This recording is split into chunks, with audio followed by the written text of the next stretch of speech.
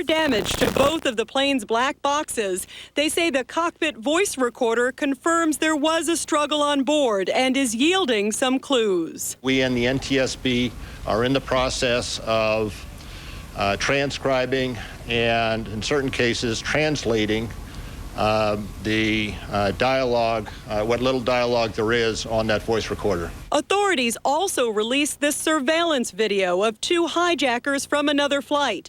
It was taken from the Portland, Maine airport and shows Mohammed Atta, the man in blue with the bag over his shoulder, who's believed to be the ringleader, as well as another hijacker, Abdulaziz Al-Amari.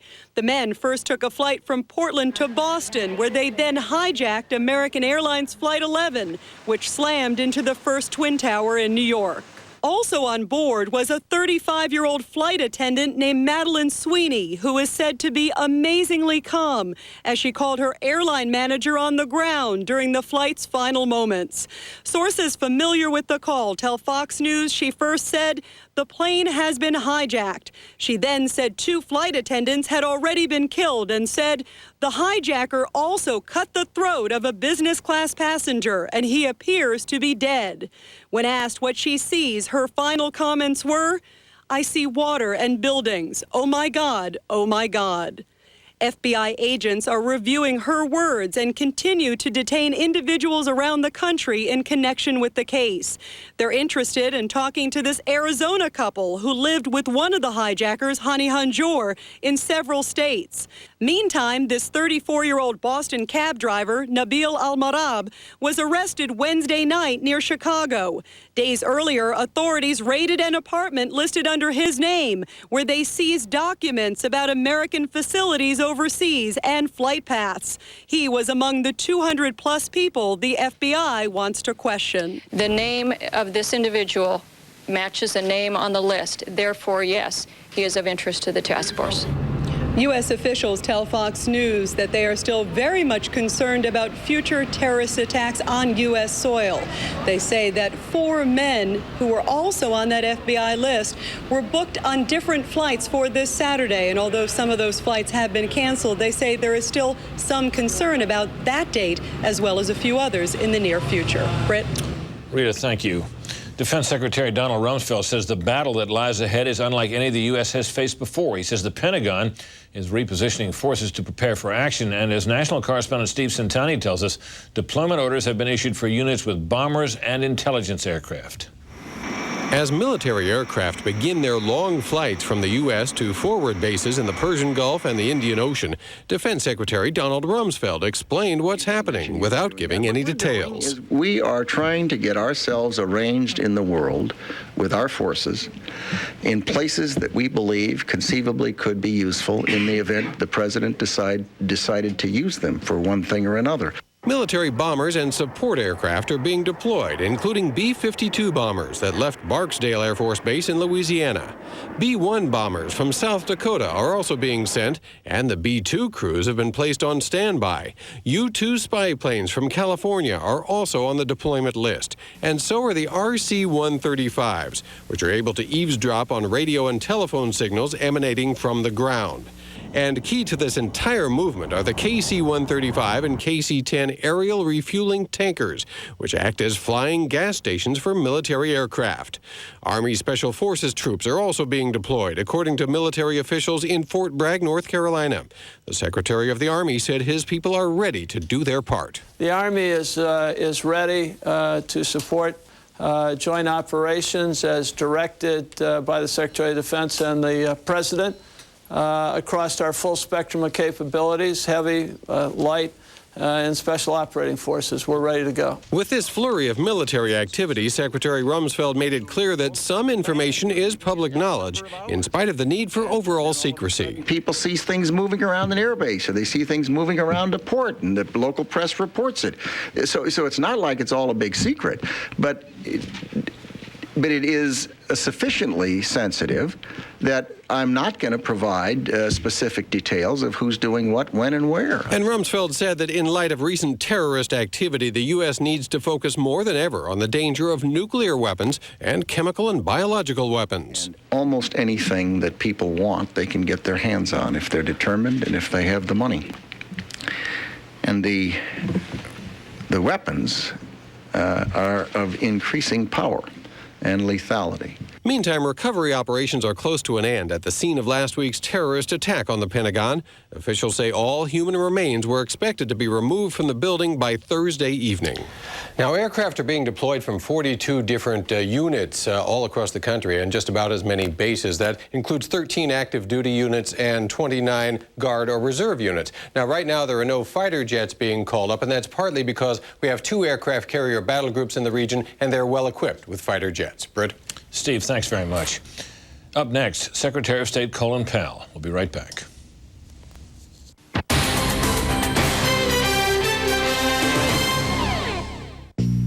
Hey, kid, come on over here. I want to show you something. I want you to listen to me now, okay? Because you got to get this ready or else you're never going to make it.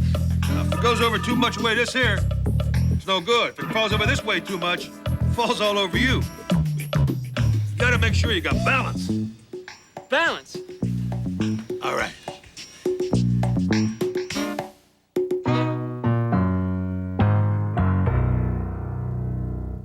Fox News Channel Daytime. You want to make the right choices. We give you the power to decide for yourself. Fair and balanced. The most powerful name in news. Fox News Channel. We report, you decide. And Grandpa, that's the whole story. That's what happened. Okay. Katie, now you tell me what happened. Well, but Grandpa, I just told you.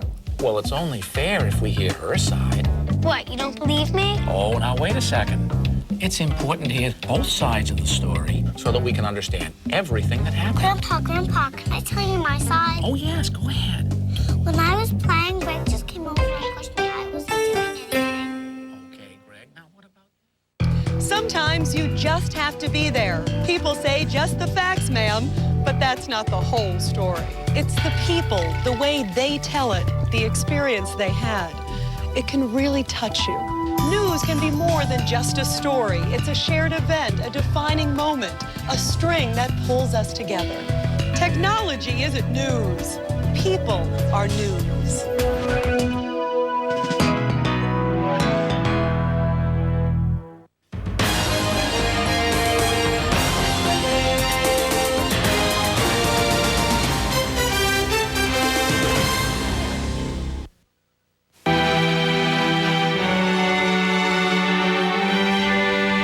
A decade ago, as the first President Bush tried to form a coalition of nations to help the U.S. kick Saddam Hussein's army out of Kuwait, a critical turning point occurred when he sent Defense Secretary Dick Cheney and Chairman of the Joint Chiefs of Staff Colin Powell to Saudi Arabia to convince the royal family to allow American forces to base on Saudi soil.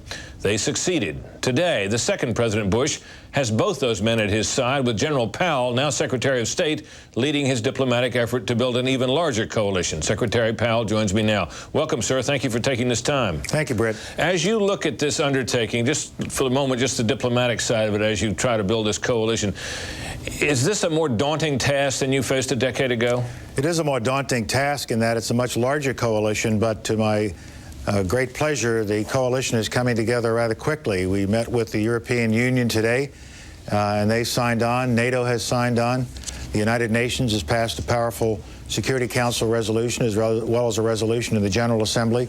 Nations around the world recognize that this was an attack against every nation and not just the United States. I've just gotten an update report that we were saying 67 nations lost people in the World Trade Center. Now it turns out there were 80 nations that lost people in the World Trade Center.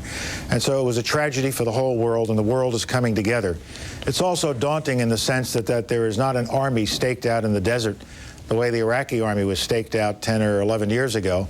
It's a much more complicated problem with terrorists operating in many countries throughout the world, with networks that keep them interlinked to information and financial systems.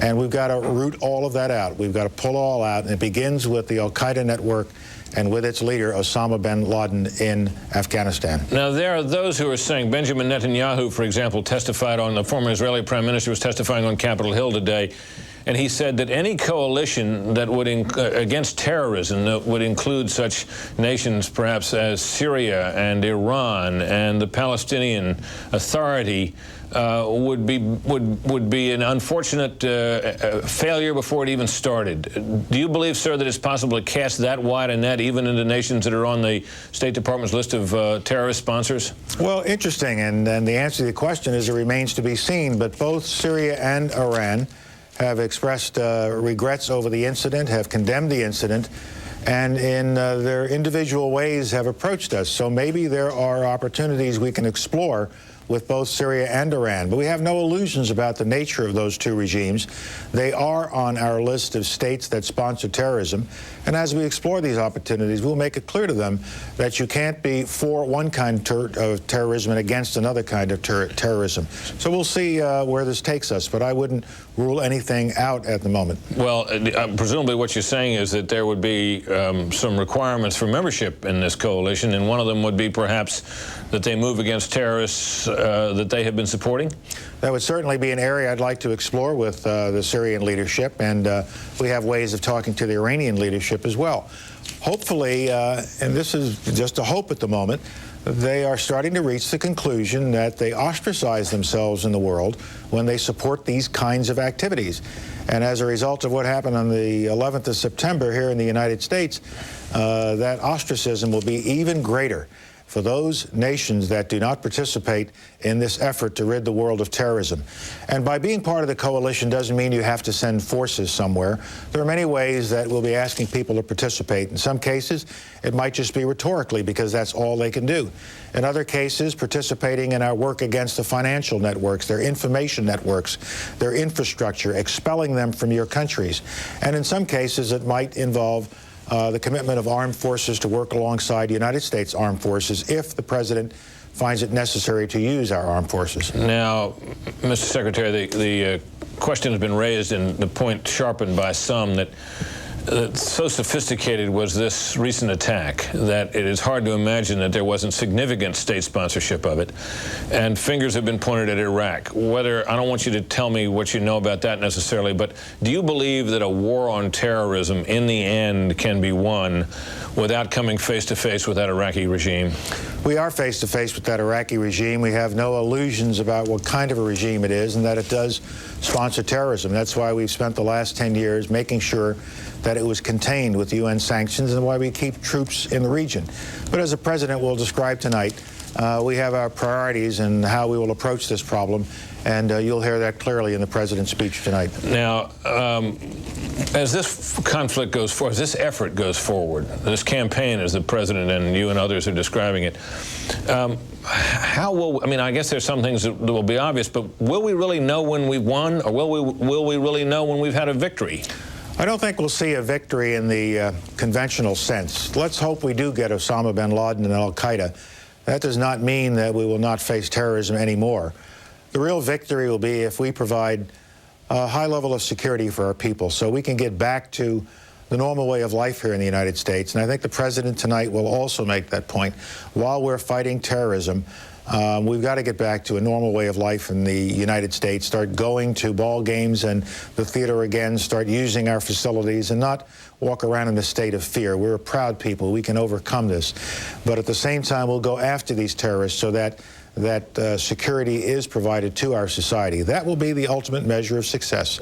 Are we a safe society without being a society that's living in a bunker? Now, there have been some signs, at least, of public disagreement between members of the administration, including you, for example, and Deputy Defense Secretary Wolfowitz. You have pointedly disassociated yourself from remarks he made about the possibility of ending states that support terrorism. I recognize that some disagreement and discussion is always part of the process in a situation like this, but how serious should people believe the disagreement may be in this administration at this time? Well, I might point out that Secretary Wolfowitz disassociated himself from that remark. But if you read the article you're referring to closely, you'll see that Vice President Cheney, Secretary Rumsfeld, and Secretary Powell, as reported by the article, were in agreement. More importantly, the only thing that counts with respect to these kinds of issues is what the president believes and what the president wants done. And you'll see tonight what the president wants done. There's always a bit of noise level in any government that administration that I have participated in, and this one is no different. But we're unified in this. We're behind the president, and the president will let the American people know tonight what we're going to be doing. Would it be fair to assess this as a disagreement, not really such as it is, about ultimate goals, but about timing and phases? There are obviously different judgments about timing and phasing, and that shouldn't be seen as all that shocking or striking. But I can tell you we're moving forward, and the only thing that counts is what the president wants done and what directions he has given to us, and you will hear that once again loud and clear tonight. Last question, sir, about the Taliban. Obviously not satisfied, I take it, with what is coming out of there so far. Requirement sought that bin Laden be turned over to what's called a responsible state. What does that mean exactly? Well, you'll have to ask those who said it, but we want him turned over to justice. We think turning him over to us would be the best way to handle it, and not just him, but all of his lieutenants, and not just him and his lieutenants. But I think we have to take a look at those camps to make sure we have pulled up all the roots of his activity in Afghanistan. So we're not simply calling upon the Taliban to get rid of him. We're calling upon them to uproot his whole operation out of there as a condition? This is more than one individual. This is a network, and a network with an infrastructure, and we're after all of that. Mr. Secretary, kind of you to take the time, sir. Thank you very much. Thank you, Britt. Coming up next, find out why some patriots at one college campus are having trouble expressing their pride. We'll have that story after a break.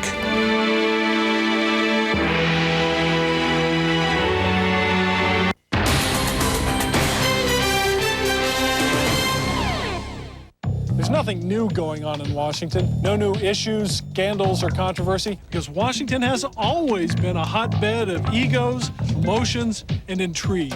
The only difference now is that the press and media are all over it, with more cameras and more reporters than ever before. But how can you be sure you're getting the whole story, fair and balanced?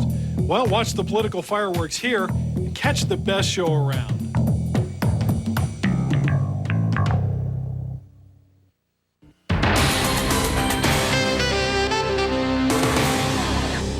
Mother Nature takes her toll, raging against the elements. Fox News Channel is there, bringing you the updates. From the eye of the storms to the aftermath of destruction, make Fox News Channel your only source for complete and up-to-the-minute reports.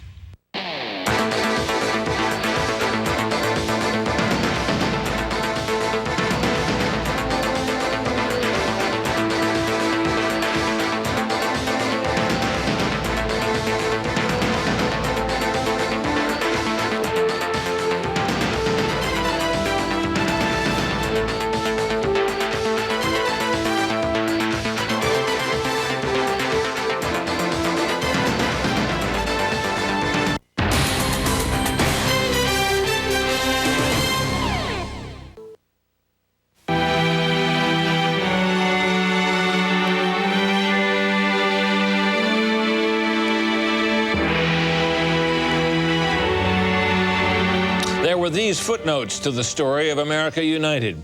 American flags may be popping up everywhere and stores may be sold out, but flying them and displaying other patriotic signs and symbols has not been without controversy. A bus driver in Gresham, Oregon was suspended after he taped a cloth American flag to his side window in his bus. An official said it violated bus safety rules. In Opelika, Florida, 2 Miami-Dade County firefighters refused to ride on an engine carrying an American flag. The 2 said the flag represented oppression.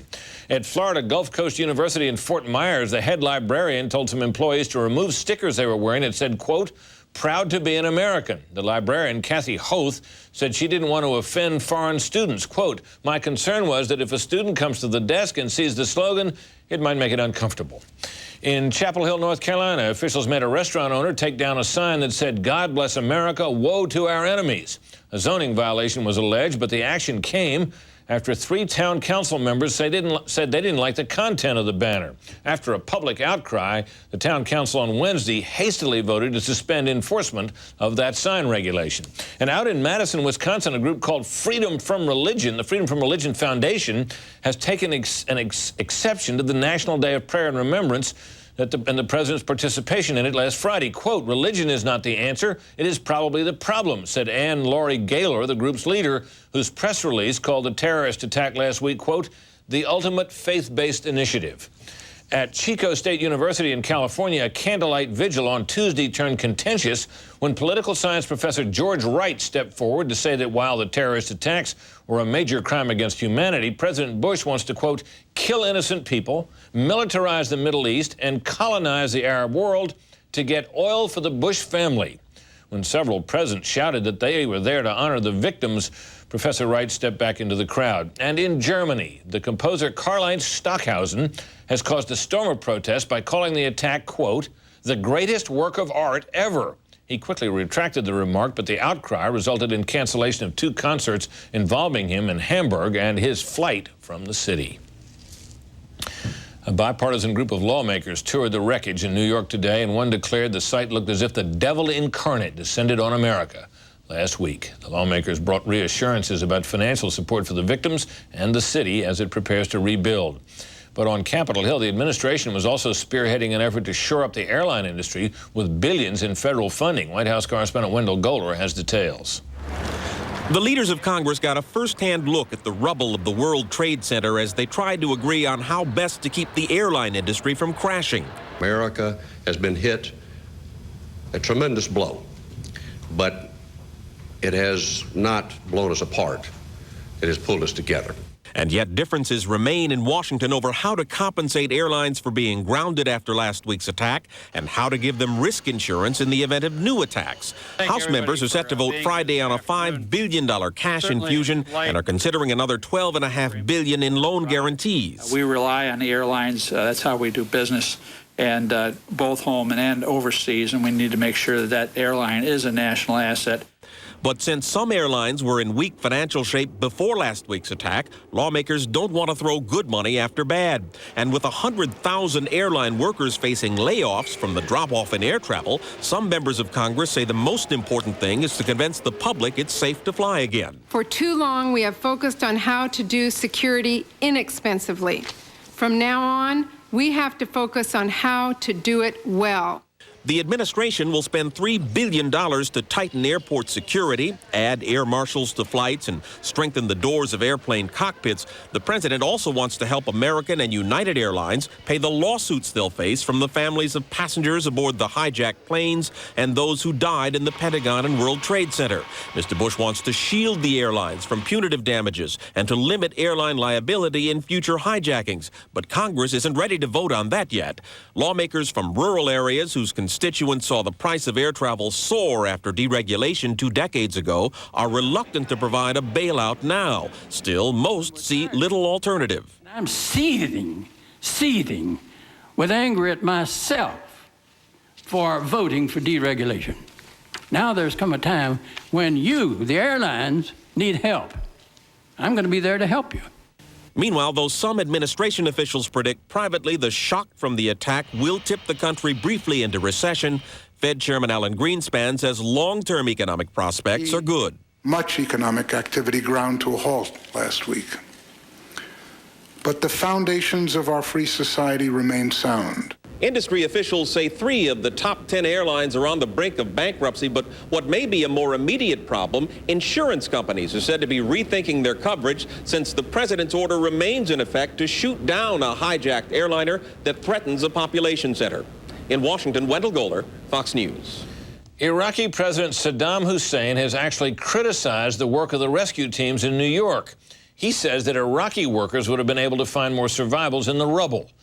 Meanwhile, a grim message from New York Mayor Rudy Giuliani that the number of those missing in the wreckage has climbed to more than 6,300, and the force of the implosion was so strong it's possible some of the victims may never be recovered. Fox News correspondent Rick Leventhal joins us now live from Lower Manhattan. Hello, Rick. Britt, I could probably tell you what those workers on site would tell the Iraqi president, but I couldn't say it on television. As far as the numbers are concerned, as you mentioned, the mayor releasing new figures, 6,333 officially missing. That includes foreign nationals, among them 250 from Britain. 170 of the dead have been identified. So you add those two together, and we have over 6,500 men and women either missing or dead after those 2 towers collapsed, a staggering figure. and a staggering amount of debris still left on site here in some very unstable piles. We had building engineers on site today carefully monitoring the buildings that remain, also looking at the buildings that have been damaged, trying to determine if there is a great danger that they might come down, or if some of the buildings that are still standing need to come down. We also had, as you know, 40 senators touring the site today, and the mayor reminding us all that while this is still a rescue mission, it seems very unlikely at this point that any survivors will now be pulled from the rubble. But he did say that they will continue to search for survivors, even as this becomes simply a recovery mission, and that they hope to collect and preserve as many of the remains as possible so that we can have some sort of burial for the people who were lost here. But again, as you mentioned, many of the dead will never be recovered. And of course, the work does continue here around the clock, Britt. A very, very dim task, a very grim task, and one that was made even worse today by a steady rainfall. Britt? All right, Rick, thanks very much. Coming up next, deployments are sweeping military bases across the country, and after a break, we'll show you the farewell scene at Camp Lejeune. Be right back.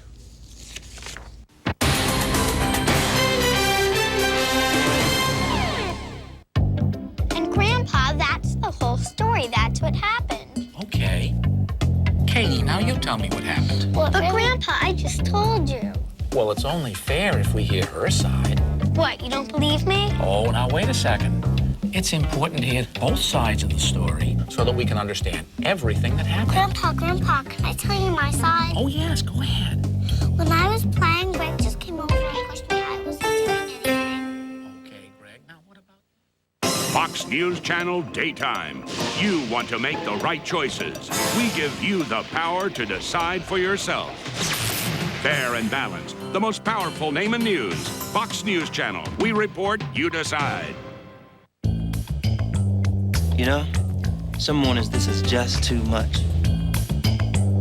Especially when it's cold and nasty outside. But you're my pal. You're always there for me, unlike some people. And I'm not gonna let you die. Come on, man, let's go outside. So, Cosmo, got any big plans for today?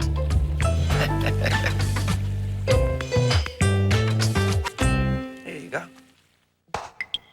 Opinions. I have them, you have them. In fact, on any given subject, there are as many opinions as seats in this theater. And that's good, people speaking out, sharing ideas. But opinions are not the same as facts, and you should know the difference. And that's why at the Fox News Channel, we label all opinions right on your TV screen. And that should help you form your own opinion, so you can decide what's right and what's wrong.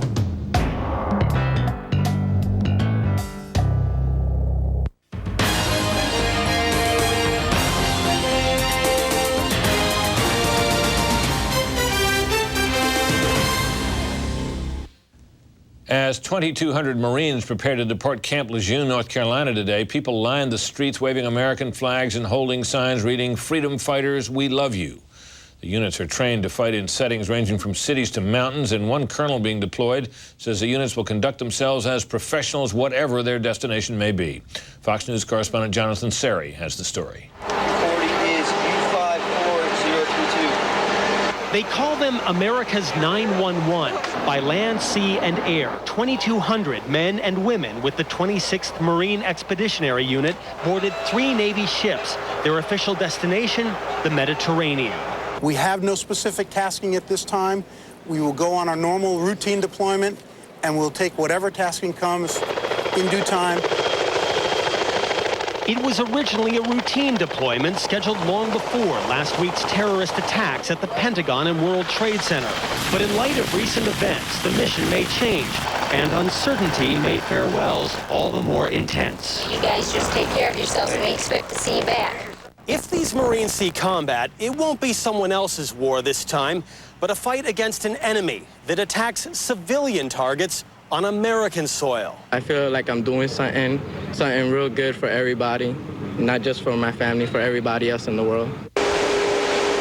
As the Marines and sailors with the 26th head eastward, their mission for now remains uncertain, but not their determination. At Camp Lejeune in North Carolina, Jonathan Seri, Fox News.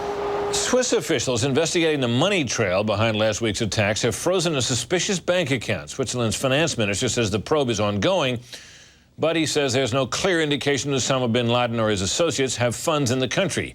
Swiss officials are focusing specifically on securities trading in the 10 days before the attack. Meanwhile, in the U.S., investigators are taking a closer look into commodity tradings prior to the attack. And Fox News correspondent Steve Brown has details on that. Set for 1175 put. Blood money is what one trader calls it. The Securities and Exchange Commission and FBI are looking into suspicious investments that could be linked to terrorists. It involves something called put options, a risky investment which basically bets on a stock's price going down. It's a risky, fast-moving market, so you end up a small move in the stock one way or another could cost you your entire investment or maybe double or triple what you've put up. So you need to do it quickly, and you need to be very fast. Before the attacks, large numbers of put options were snapped up. For example, put options for Boeing stock and American Airlines were 11 times heavier in the days before the terrorist strikes than were sold 1 month earlier. Both stocks tumbled since the attacks, making the options very valuable, reportedly worth tens of millions of dollars. I think that it's highly likely, very likely, it's somebody either around one of those terrorist cells or somebody they do business with. So just who bought these put options? To find out, investigators will follow a financial paper trail that could take them all over the globe to countries like Cyprus, which does not usually cooperate with U.S. investigations. Still, U.S. Treasury Secretary Paul O'Neill today told the Senate Banking Committee that terrorist bank accounts will be shut down. We have a full-fledged investigation looking at the transactions that took place, and we will pursue those investigations until we're satisfied one way or another.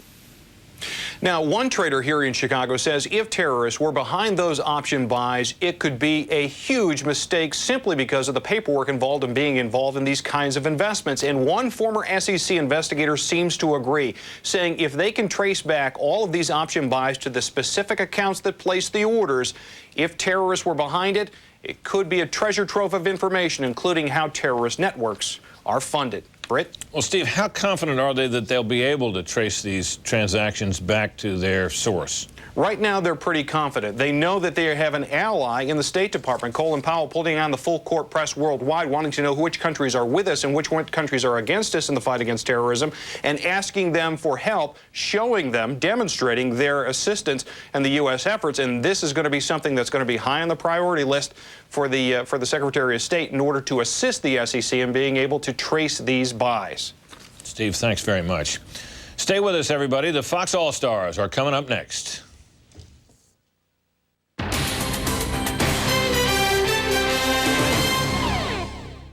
If making money were simple, we'd all be millionaires. Let's face it, money decisions are tough decisions. You need to know what's going on here and how it will affect your finances, your future, and your family. We cover the markets in plain English so that when the bell rings, you can understand what happened and decide what's right for you. We bring Wall Street to Main Street so maybe you can live on Easy Street.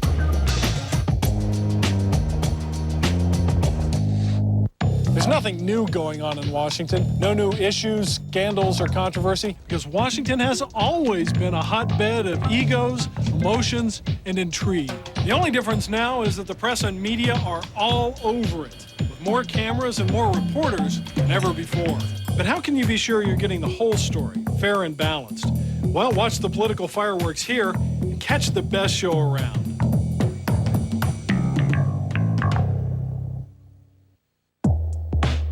You got the tickets? You bet I'm there. I'll pick you up. Oh, wait a second. You know, I can't make it. No, I can't. Yeah, it's pretty important. I gotta go. Okay, I'll talk to you later. There's Daddy's little girl.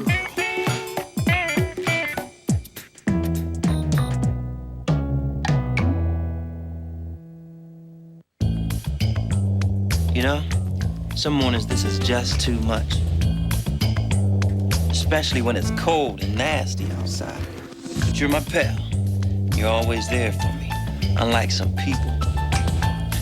And I'm not gonna let you down. Come on, man, let's go outside. So, Cosmo, got any big plans for today? There you go.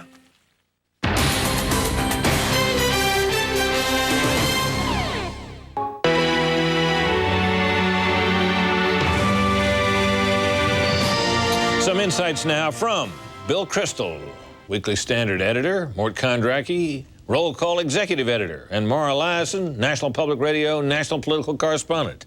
All are Fox News contributors. I knew there was some different way I could say those titles.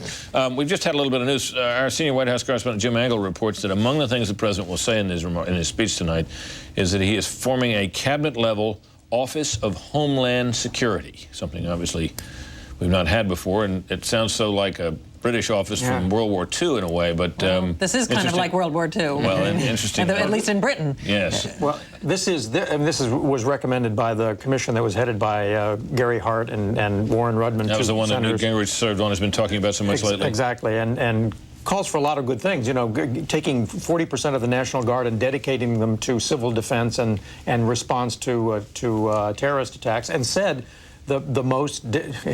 One of many commissions that said that we are totally vulnerable to terrorism and that we got to get ourselves prepared. And we're still vulnerable to terrorism, and which the president may say tonight too. Well, and one of the things that's always true is people overreact to terrorism in the short term and underreact in the long term. And there have been numerous commissions, that's not the only one, that have talked about how vulnerable things were. The airline industry and airline security has been studied over and over again and shown how vulnerable it is. And, you know, it's not too soon to start preparing for the next attack, which will happen. We don't know where and when, but we can be pretty assured that it will. Rudy Giuliani right now is on a plane from New York City up to Washington to be at the speech tonight, and I wouldn't be surprised if the president announced that he was going to be the president's nominee to head that office, don't you think? I wouldn't be surprised that Tony Blair also be at the speech. It would be a surprise if he were asked to do that. What about this speech? It's an interesting speech. Usually presidents have big speeches that are not regularly scheduled, as a State of the Union, for example, is regularly scheduled for the purpose of pulling the country behind them or selling the country, or the country seems not the case here. Not the case here. So it seems an unusual task he has. What is his task? Well, he has to explain what this is about, and he has to explain. Think anybody's really in doubt about that? Well, yes, I think people are in doubt about just what this war means. He's talked about a war, and he's said at different times it's going to take a long time and people need to be patient. But I think there's a lot he can say about how this will be waged. I think some of the rhetoric coming out of Washington may have given Americans the idea that it's going to be this huge mobilization, that people are going to be marching off to fight who? We're not exactly sure, some shadowy terrorist network. I think there's a lot of explaining he can do. He doesn't need to rally the country. The country is rallied behind him. Yeah, you can't. I don't think you can really have a war without a president addressing a joint session of Congress. You know, and one thing, the Wall Street Journal had a piece yesterday saying that even though everybody's been accusing Osama bin Laden of being behind this, the evidence is kind of murky. Well, he might be able to pop out a few things that would fasten the connection tightly and make it clear this is why we are after this man. Can convince the Europeans, convince the other members of the coalition that we're not just going off. This is a man already under indictment in the United States of America for something else. Terrorist. I know, but I mean, if you're going to go after terrorism writ large, you're definitely going to declare a war. This isn't something where you need to establish beyond reasonable doubt to the standards of a court that somebody needs to be dealt with. For leaders around the world, they are asking for something like that. They want some kind of a case laid out so that they perhaps can justify to their own people why they're going to help us. That case will be laid out in private, I think, and I don't think that's actually such a high priority. I mean, look, I think the speech has the opposite effect to most presidential, or the opposite intention to most presidential speeches. Most are to rally the country, as you said. This is to actually tell the country to be patient. I think the speech was put on when the president and his team realized that it would be inadvisable to rush into action. They're not ready right now. In Afghanistan, it's a big, the Roosevelt and these ships aren't going to get there for 10 days. If they want to do something in Iraq, that will take a long time. And ironically, this isn't a speech to say we're moving fast. It's a speech to tell the American people this is a long-term war. Be patient. We're serious about it. We're taking these steps in a methodical way. So and I think that will be the message of the speech. And I think that's useful. Yeah, and it's an interesting contrast to some of the rhetoric he's used. I mean, when he talks about wanted, dead or alive, I mean, I think he has tapped into and probably exacerbated Americans' feelings for some kind of immediate revenge and punishment. Well, those things were put up, and it took months and years to catch some of those guys. The only problem with the posters. Yeah, I mean, wanted he has posters. to explain that in the Old West. It takes a long time to get the guy. It does. He also has to modify his comment because, in fact, he should just say wanted dead. Yeah, because who wants Bin Laden? The last thing we want is him alive. Well, that was why it's interesting to hear Colin Powell talk about turning him over to a responsible state. I think they'd rather have him turned over to an irresponsible state than execute him. But speaking of Colin Powell, there's an interesting divergence of views. One view expressed by Benjamin Netanyahu today and another by Colin Powell, really, on this question of who gets to belong to this coalition. And we've talked about this here before, but it was rather starkly set forth today between the two men. And let's listen to what Netanyahu and then Powell had to say. If we include these terrorist regimes in the coalition, then the alliance against terror will be defeated from within. We might, perhaps, achieve a short-term objective of destroying one terrorist fiefdom, but it will preclude the possibility of overall victory. Such a coalition will necessarily melt down because of its own internal contradictions. Both Syria and Iran have expressed regrets over the incident, have condemned the incident, and in their individual ways have approached us. So maybe there are opportunities we can explore with both Syria and Iran. But we have no illusions about the nature of those two regimes. They are on our list of states that sponsor terrorism. And as we explore these opportunities, we'll make it clear to them that you can't be for one kind of terrorism and against another kind of terrorism. Now, I went on to ask him after that whether that meant that there'd be kind of a membership requirement, that you'd have to agree to stamp out terrorism in your own backyard in order to do it. But does anybody really think that Syria and Iran are prepared to do that? I mean, that seems seems a difficult. Yes, but I think when they talk about joining the coalition, what exactly does that mean? It doesn't mean signing up and you get some kind of a membership badge. They're already talking about changing the rules so that the CIA can use informants who are unsavory people. Well, this is equivalent to that. You're going to be dealing with some countries that are unsavory, and maybe you're only going to be working with them to the extent that you can get one piece of intelligence that helps you.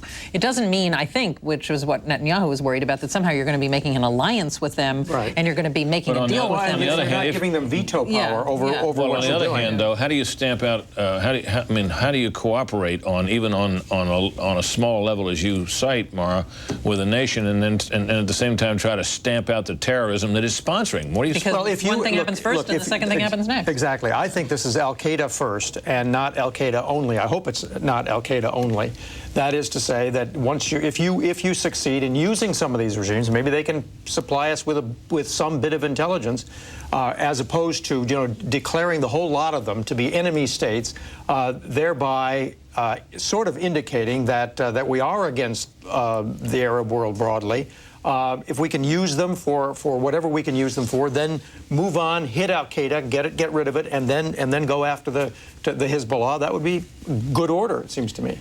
I mean, I'm personally more sympathetic to Netanyahu in this argument, but I talked to a couple of people today who've been in close touch with the administration.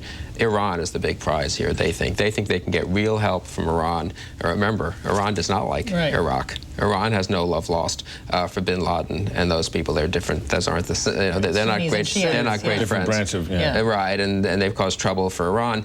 They have great hopes. I'm not sure they're correct to have these hopes, but I believe many senior people in the administration have great hopes for private cooperation with Iran. Well, I should mention, by the way, that Adam Bolton, who is the political correspondent for our sister network, Sky News, who was traveling with Tony, as part of the press traveling with Tony Blair, and was in his motorcade today, told us here that Tony Blair received a call on his flight over here from Iran's Khatami, in which he said that they were with you. Now, you heard Colin Powell say that we received some expressions from Iran, and it's not at all clear yet how different that expression would be. He said we have ways, did Powell, of communicating with Iran. Khatami, is that the correct way? Khatami is the elected president who is a moderate. Right. It's the clerics who are probably, even though they hate the Taliban for religious reasons, probably are sponsoring terrorism. I mean that's a divided country. But so what? I mean that's the point, that you get out of these countries what you can, and if Khatami has got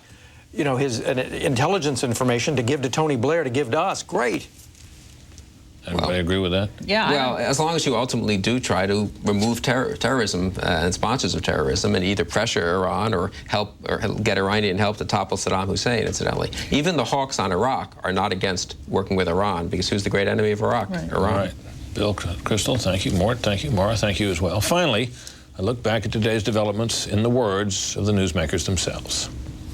We are trying to get ourselves arranged in the world with our forces in places that we believe conceivably could be useful in the event the president decided to use them for one thing or another. Voluntarily or involuntarily, we believe that Osama bin Laden has to be put under control and turned over to authorities who can bring him to justice. This investigation and effort is the largest criminal investigation ever launched. All persons who believe that this is an abhorrent act are coming together to try to bring these individuals to justice. America has been hit a tremendous blow, but it has not blown us apart. It has pulled us together. We must not allow terrorists to rule our country. We will take our country back. And that special report for this time. Please join us later this evening at 9 p.m. Eastern Time for the President's address to Congress and the nation. And stay tuned for News Now, fair and balanced, as always.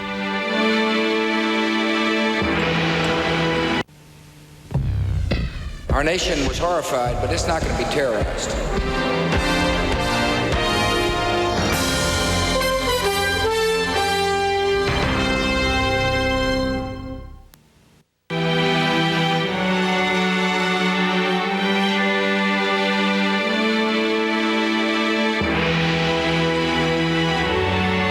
It's 7 o'clock in the East, 4 p.m. in the West.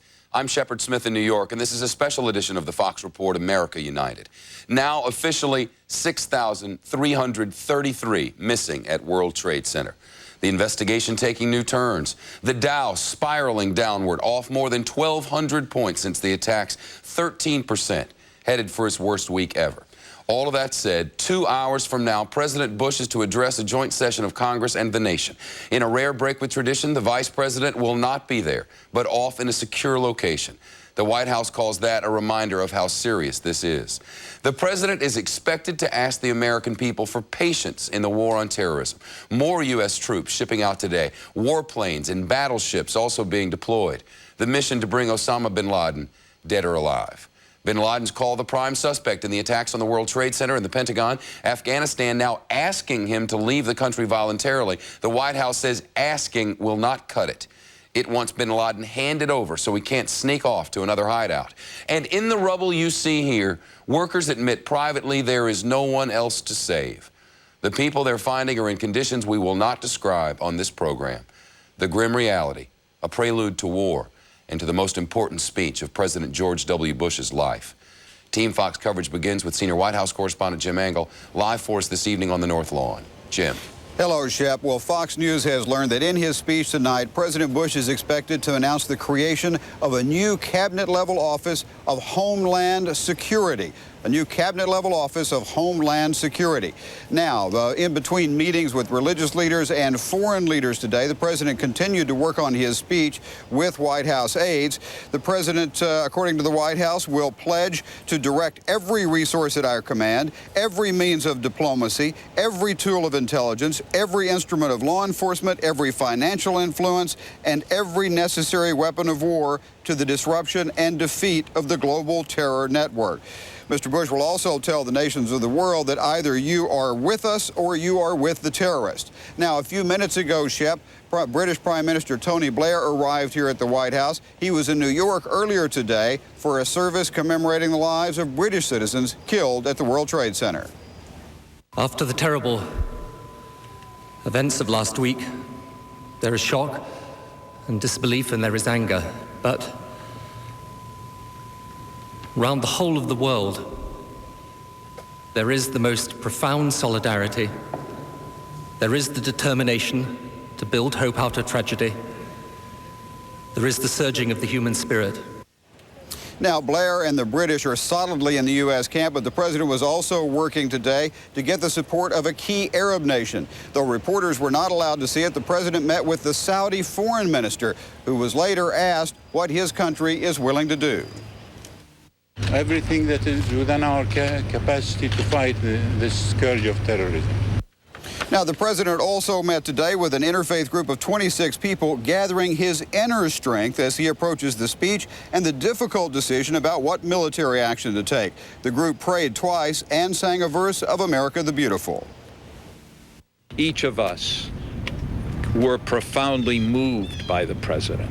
And I might say he too was moved. It was a moment of grace. And an Islamic imam described the terrorist acts against the U.S. as acts of evil and said they do not represent Islam. Everyone should know on this planet that Islam was hijacked on September 11th, 2001, on that plane as an innocent victim. Now, and Reverend Franklin Graham said the president asked the group for their prayers, not just for him, but also for his wife and daughters. Shep? Jim Engel. Jim, how is this international coalition shaping up? Well, it seems to be shaping up well. You've got a number of nations who everyone has, of course, expressed sympathy, even those we suspect of having supported terrorism in the past. The key thing is officials emphasize that not everyone will be expected to do the same thing. This is not like the coalition for the Persian Gulf War, for instance, that some people will do small things, some people will do larger things. Many will send troops. Obviously, the British will, probably also some of the European allies. One of the most interesting comments I've heard, Shep, was from the Australian Prime Minister, John Howard, who said, of course his nation will send troops, and he scoffed at the idea of giving anything less, saying there's no point in a situation like this of being an 80% ally. That's the kind of sentiment the administration would like to hear from everyone. Shep? I bet it would. Our senior White House correspondent, Jim Engel, at his position on the North Lawn. The Pentagon has now changed the name of Operation Infinite Justice. It's losing that one because it says many Muslims are offended, ones who believe only Allah can dispense infinite justice. But whatever the mission is eventually called, the goal remains exactly the same, and more U.S. forces are on their way to the Mideast right now. Team Fox coverage continues. National correspondent Steve Santani's live with us this evening at the Pentagon. Steve. Well, Shep, dozens of warplanes, including heavy bombers, are making their way to the Persian Gulf and to the Indian Ocean tonight.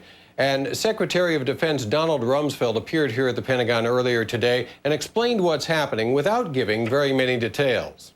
We are trying to get ourselves arranged in the world with our forces in places that we believe conceivably could be useful in the event the president decided to use them for one thing or another. B-52 bombers are being deployed from Barksdale Air Force Base in Louisiana. There you see an AWACS plane from the same base. These are pictures from today of these planes being deployed on this current deployment toward the Middle East, we assume. Now, they're capable of launching cruise missiles, those B-52s. You see one here.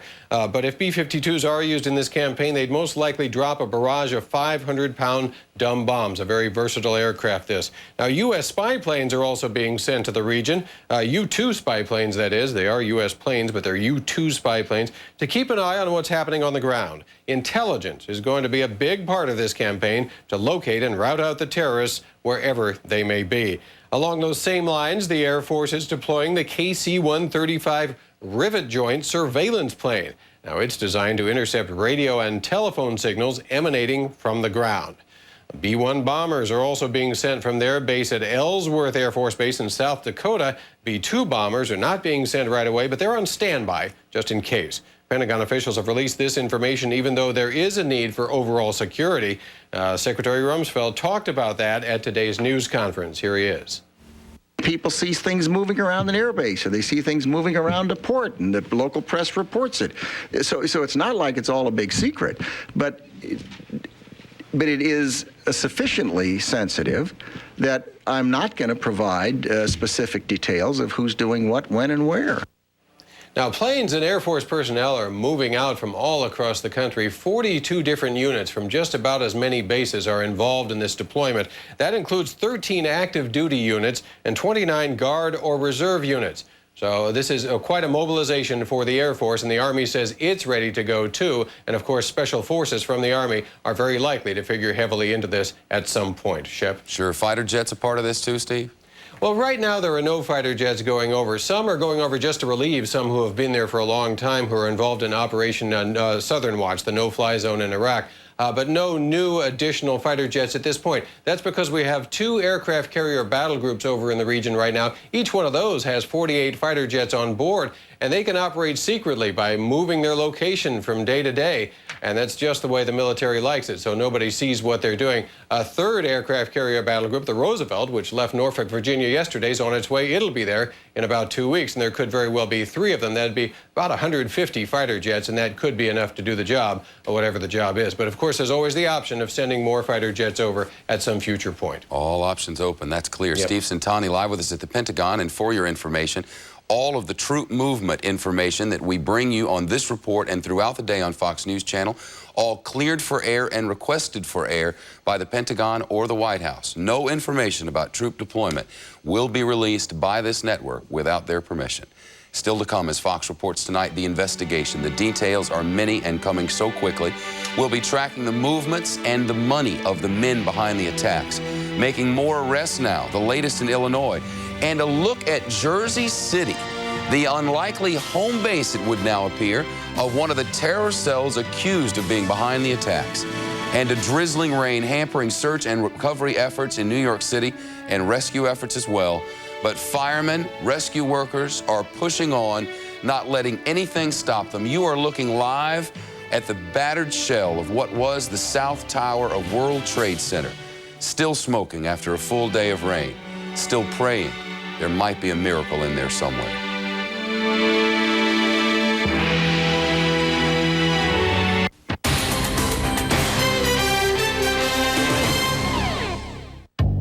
And Grandpa, that's the whole story. That's what happened. Okay. Katie, now you tell me what happened. Well, but Grandpa, I just told you. Well, it's only fair if we hear her side. What, you don't believe me? Oh, now wait a second.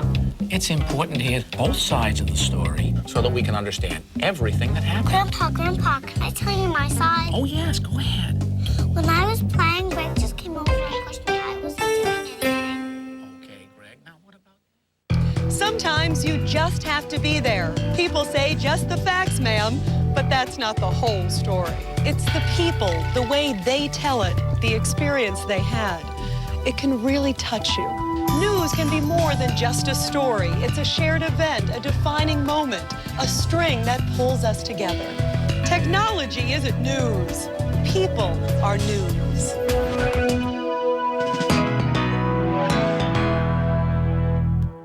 Fox News Channel Daytime. You want to make the right choices. We give you the power to decide for yourself.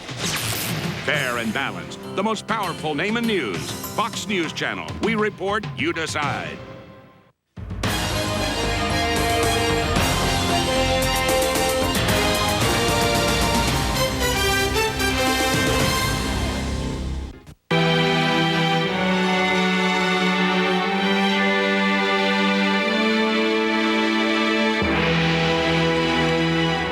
Minutes past the hour now, and the investigation underway. Thousands involved. Another arrest today, this time in Illinois, and some terrifying last words from a flight attendant on the first plane that smashed into World Trade. A Fox report now from our senior White House correspondent, or senior correspondent, Rita Cosby, live for us in Washington. Rita. Shepherd, authorities have released some surveillance video showing 2 of the hijackers in the morning of the attacks. Now, the video was taken at the Portland, Maine airport, and it shows Mohammed Attad, that's the man you see in the blue there with the bag over his shoulder, who's believed to be the ringleader of the 19 men who commandeered planes that day. Right behind him is another hijacker, Abdul Aziz Al-Omari. Now, the men first took a flight from Portland to Boston, where they hijacked American Airlines Flight 11, which hit the first Twin Tower in New York. Also on board was a 35-year-old flight attendant named Madeline Sweeney, who is said to be amazingly calm, as she called her airline manager on the ground during the flight's final moments. Now, sources familiar with the call tell Fox News she first said the plane has been hijacked. She then said that 2 flight attendants had already been killed and said the hijacker also cut the throat of a business class passenger, and he appears to be dead. When asked what she sees, her final comments were, "I see water and buildings. Oh my God, oh my God." FBI agents are reviewing her words and continue to detain individuals around the country in connection with this case. A 34-year-old former Boston cab driver, Nabil Al-Marab, was arrested last night near Chicago. Days earlier, authorities raided an apartment listed under his name, where they seized documents about American facilities overseas and also flight paths. He was among the 200-plus people on the FBI list of individuals that the agency wants to now question. Now, authorities say there is still great concern about future terrorist attacks on U.S. soil, but they're encouraging everyone to go back to work and try to resume a normal life, but at the same time be on a heightened state of alert. Shep. Rita Cosby live for us in our Capitol Hill newsroom. Rita, thanks very much. If you were to have stood on top of the World Trade Center, looked due west, the first thing you would have seen would have been Jersey City, New Jersey. And now, according to investigators, there were people in that town who were organized and making all of this happen. It appears there was a cell there behind the hijacking, right in the shadow of World Trade. Our Team Fox coverage continues now with senior political correspondent Carl Cameron, live for us in D.C. Carl. Hi, Shep. Investigators have identified the possibility of cells based in Florida, Detroit, and indeed in New Jersey, right across the river. So this is the people who's been wanted by the FBI. Fox News discovered this sheet of photos in Jersey City, New Jersey. Law enforcement is distributing it in Muslim communities, hoping to put names to 15 faces. But law enforcement's not sure they're the right names and faces. Some could be stolen identities. We have several hijackers whose identities were those of the names on the manifests. We have several others that are still in question. From the smoldering Ground Zero across the Hudson River, Jersey City, Fox News has learned a large investigative command center has been established here in the heart of what may have been one of the terrorists' financial and logistical bases of operation. Well, the Special Investigations Unit of the Jersey City Police Department has been likened to a mini CIA or a mini FBI because of the expertise in their intelligence gathering. Putting together files, series of files on different groups, Asian gangs, organized crime, Arabic entities, that actually was pivotal in the 1993 investigation. New Jersey is a major investigative focus. In Fort Lee, a mailboxes etc. was where alleged hijackers Nawak al-Hamzi and Salam al-Hamzi listed addresses. In Florham Park, alleged hijacker Saeed al-Khami had a condo. In Elizabeth last week, 3 Passaic men were stopped with loads of cash and a one-way ticket to Syria. The Newark Airport Marriott was one of the last places several of the alleged hijackers stayed. In Wayne, New Jersey, the Willowbrook Mall was where they allegedly warehoused some of their equipment. In Bayonne, an Egyptian man's apartment was searched for 14 hours. This street, Tonelli Ave in Jersey City, is where Mohammed Jawad Azmath and Ayub Ali Khan lived. They were nabbed with box cutters when their Newark to San Antonio flight was grounded in St. Louis. They worked together here at the SNS newsstand at Newark's Penn Station till it changed hands just before the attack. Then there's the former Jersey City zoning board member Mohammed Raja Malik and his alleged partner Dia Motion, arrested in Palm Beach, Florida in June for allegedly trying to buy Stinger missiles, grenade launchers, and other military equipment. Essam Abu Hammer runs an Islamic community center. Like many Muslims here, he fears a rush to judgment. We don't know if Osama bin Laden did something like that or not. You know, even the FBI didn't know that yet. With 25% of Jersey City's population foreign-born, it is easy for a stranger to blend in. It may be the most diverse city in America. There are large populations of African Americans, Latinos, white Americans, and we have a significant population of Mideastern people. And from places like Pakistan and Egypt. It's not the first time Jersey City's been the focus of an investigation. The city's Al Salam Mosque was once home to Sheikh Abdul Rahman, the blind Egyptian cleric who's serving a life sentence for his role in the 1993 World Trade Center bombing. Accomplice Ramzi Youssef had plans back then to hijack a jet and hit the World Trade Center, along with blowing up 11 other airliners. Investigators now fear the community around the old mosque continues to attract trouble. Jersey City is in a boom of Wall Street firms that have been moving over from Manhattan for a number of years. Enough cash for international transactions to seem commonplace. And investigators think New Jersey served in part as the financial hub to finance some of the terrorist operations.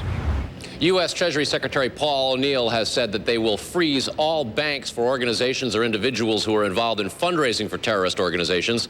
Overseas, the Swiss have seized one secret account believed to be involved in terrorist fundraising.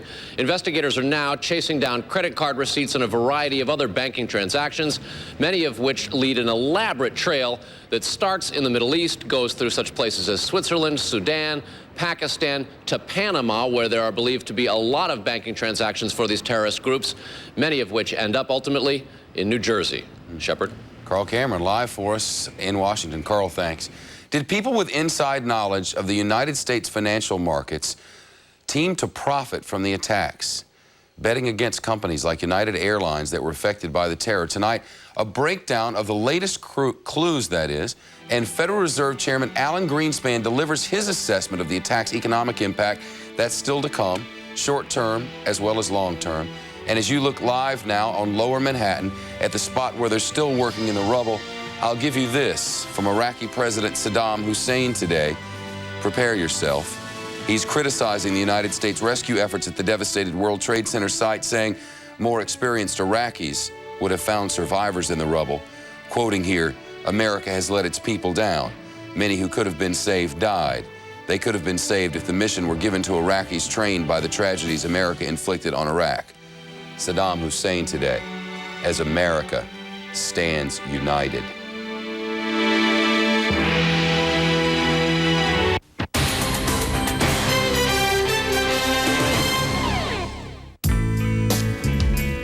Remember him? He was such a jerk. A complete jerk, but so cute. So wrong. Yeah, but everybody told you. I know, but I didn't want to hear it. You listen to me. That's different. I trust you. When you tell me something, I know it's the truth. Well, in that case, trust me. That was one ugly dress.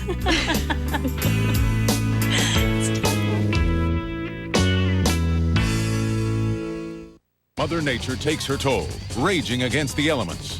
Fox News Channel is there, bringing you the updates. From the eye of the storms to the aftermath of destruction, make Fox News Channel your only source for complete and up-to-the-minute reports. There's nothing new going on in Washington. No new issues, scandals, or controversy, because Washington has always been a hotbed of egos, emotions, and intrigue. The only difference now is that the press and media are all over it, with more cameras and more reporters than ever before. But how can you be sure you're getting the whole story, fair and balanced? Well, watch the political fireworks here and catch the best show around.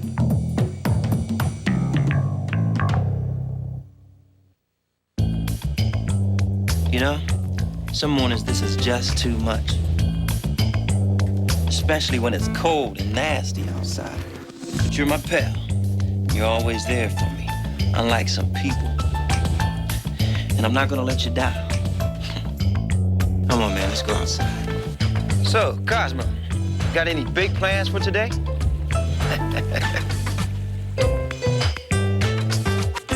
There you go.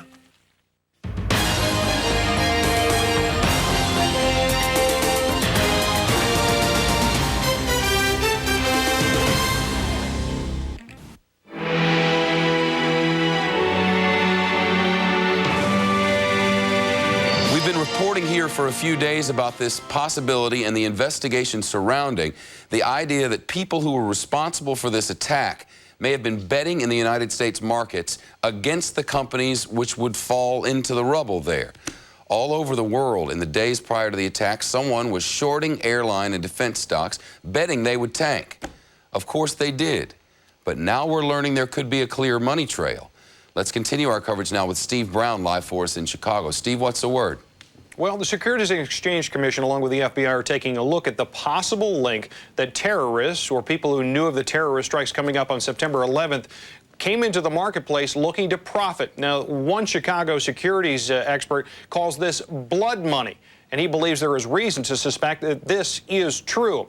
There was an incredible amount of trading on something called put options in the days leading up to the attacks of September 11th on a number of stocks, including Boeing and American Airlines, for example. Those two stocks traded 11 times heavier than they normally do if you measure the same time periods of the 5 days leading up to the bombing attacks to 5 days, any 5 days, in August.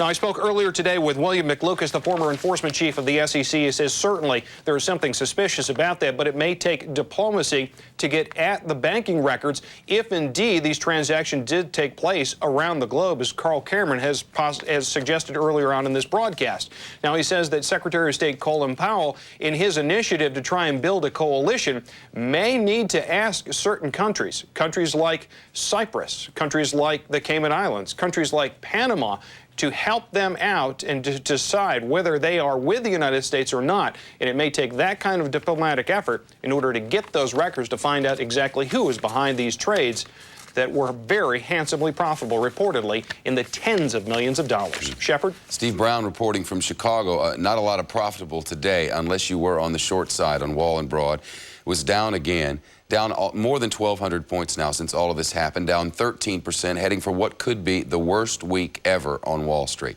The Federal Reserve Chairman, Alan Greenspan, telling Congress the terror attacks hurt an already weak economy, yet things seem to be looking better for us in the long run. How is that?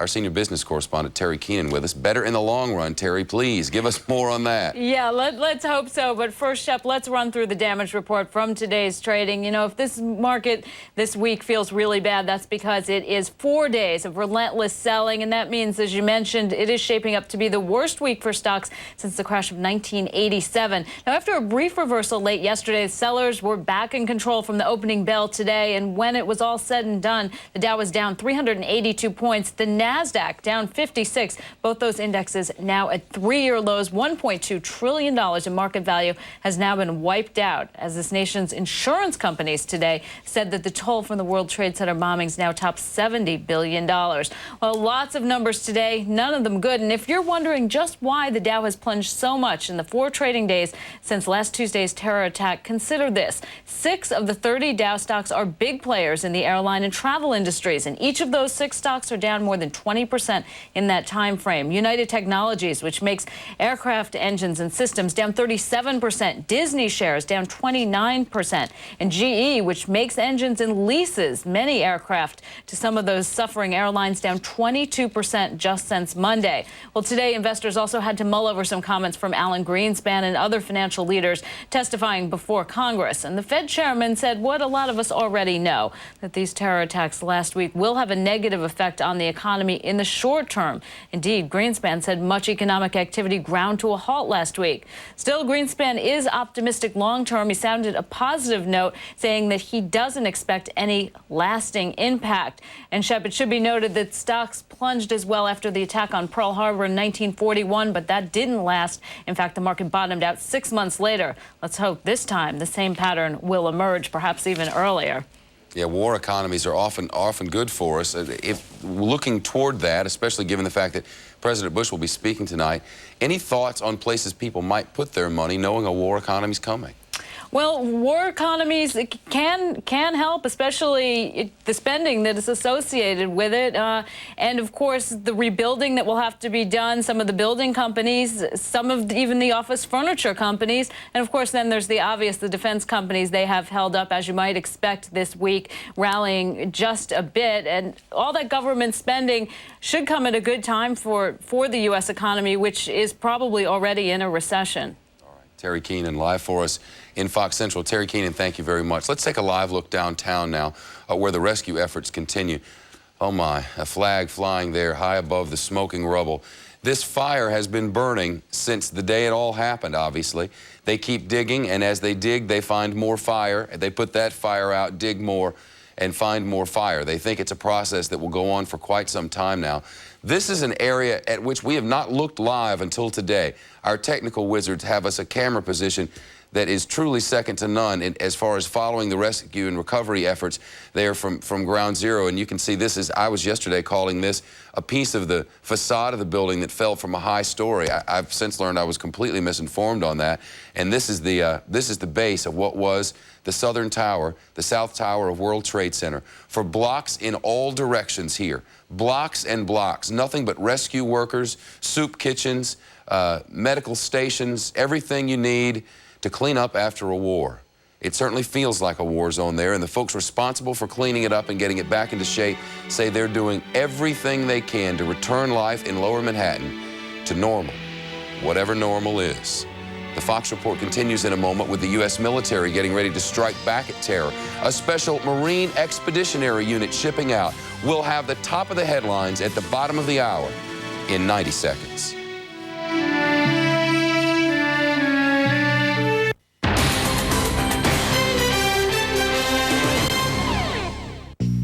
Hey, kid, come on over here. I want to show you something. I want you to listen to me now, okay? Because you got to get this right or else you're never going to make it. Now, if it goes over too much way this here, it's no good. If it falls over this way too much, it falls all over you. You got to make sure you got balance. Balance? All right.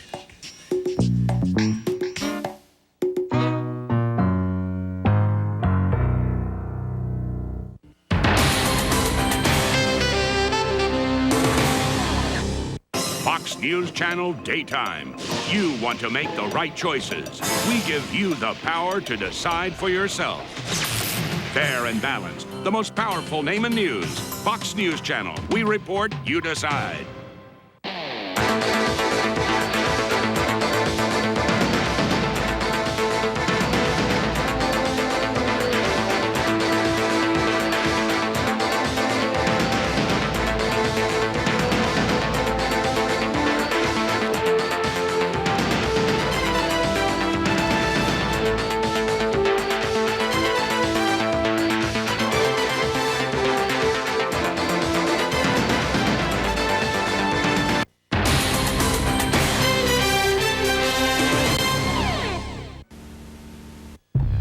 They used to put out there in the Old West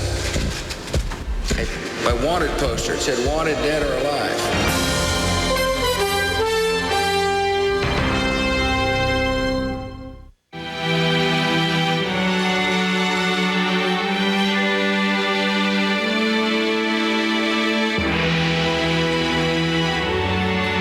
It's 7:30 in the east, 4:30 in the west. I'm Shepard Smith in New York City, and here is the latest as America stands united. The number of missing and presumed dead at the World Trade Center has increased now to more than 6,300. New York City Mayor Rudy Giuliani says some bodies may never be recovered because of the heat generated by the explosions, incinerating untold hundreds. President Bush set to address a joint session of Congress and the nation in just about an hour and a half, 9 o'clock Eastern Time, right here, live on Fox News Channel. The Commander-in-Chief expected to announce a new cabinet-level position for Homeland Security. And in a break with tradition, Vice President Dick Cheney will not be in the House chamber tonight. He'll be in a secure, secret location, a sign of the times. The Bush administration plans to send Congress an anti-terrorism legislative package on Friday. Islamic clerics in Afghanistan have decided to ask terror suspect Osama bin Laden to leave the country voluntarily, to ask him to do so. The White House rejects that summarily, saying it does not meet America's requirements. Last night, the FBI arrested a man near Chicago. The FBI saying the 34-year-old was on the list of more than 200 people with whom investigators would like to speak regarding the case. It's possible that some of last week's hijackers used the identities of people who may still be alive. The FBI director says that they are not sure of the identities of some of the hijackers whose names were released last Friday.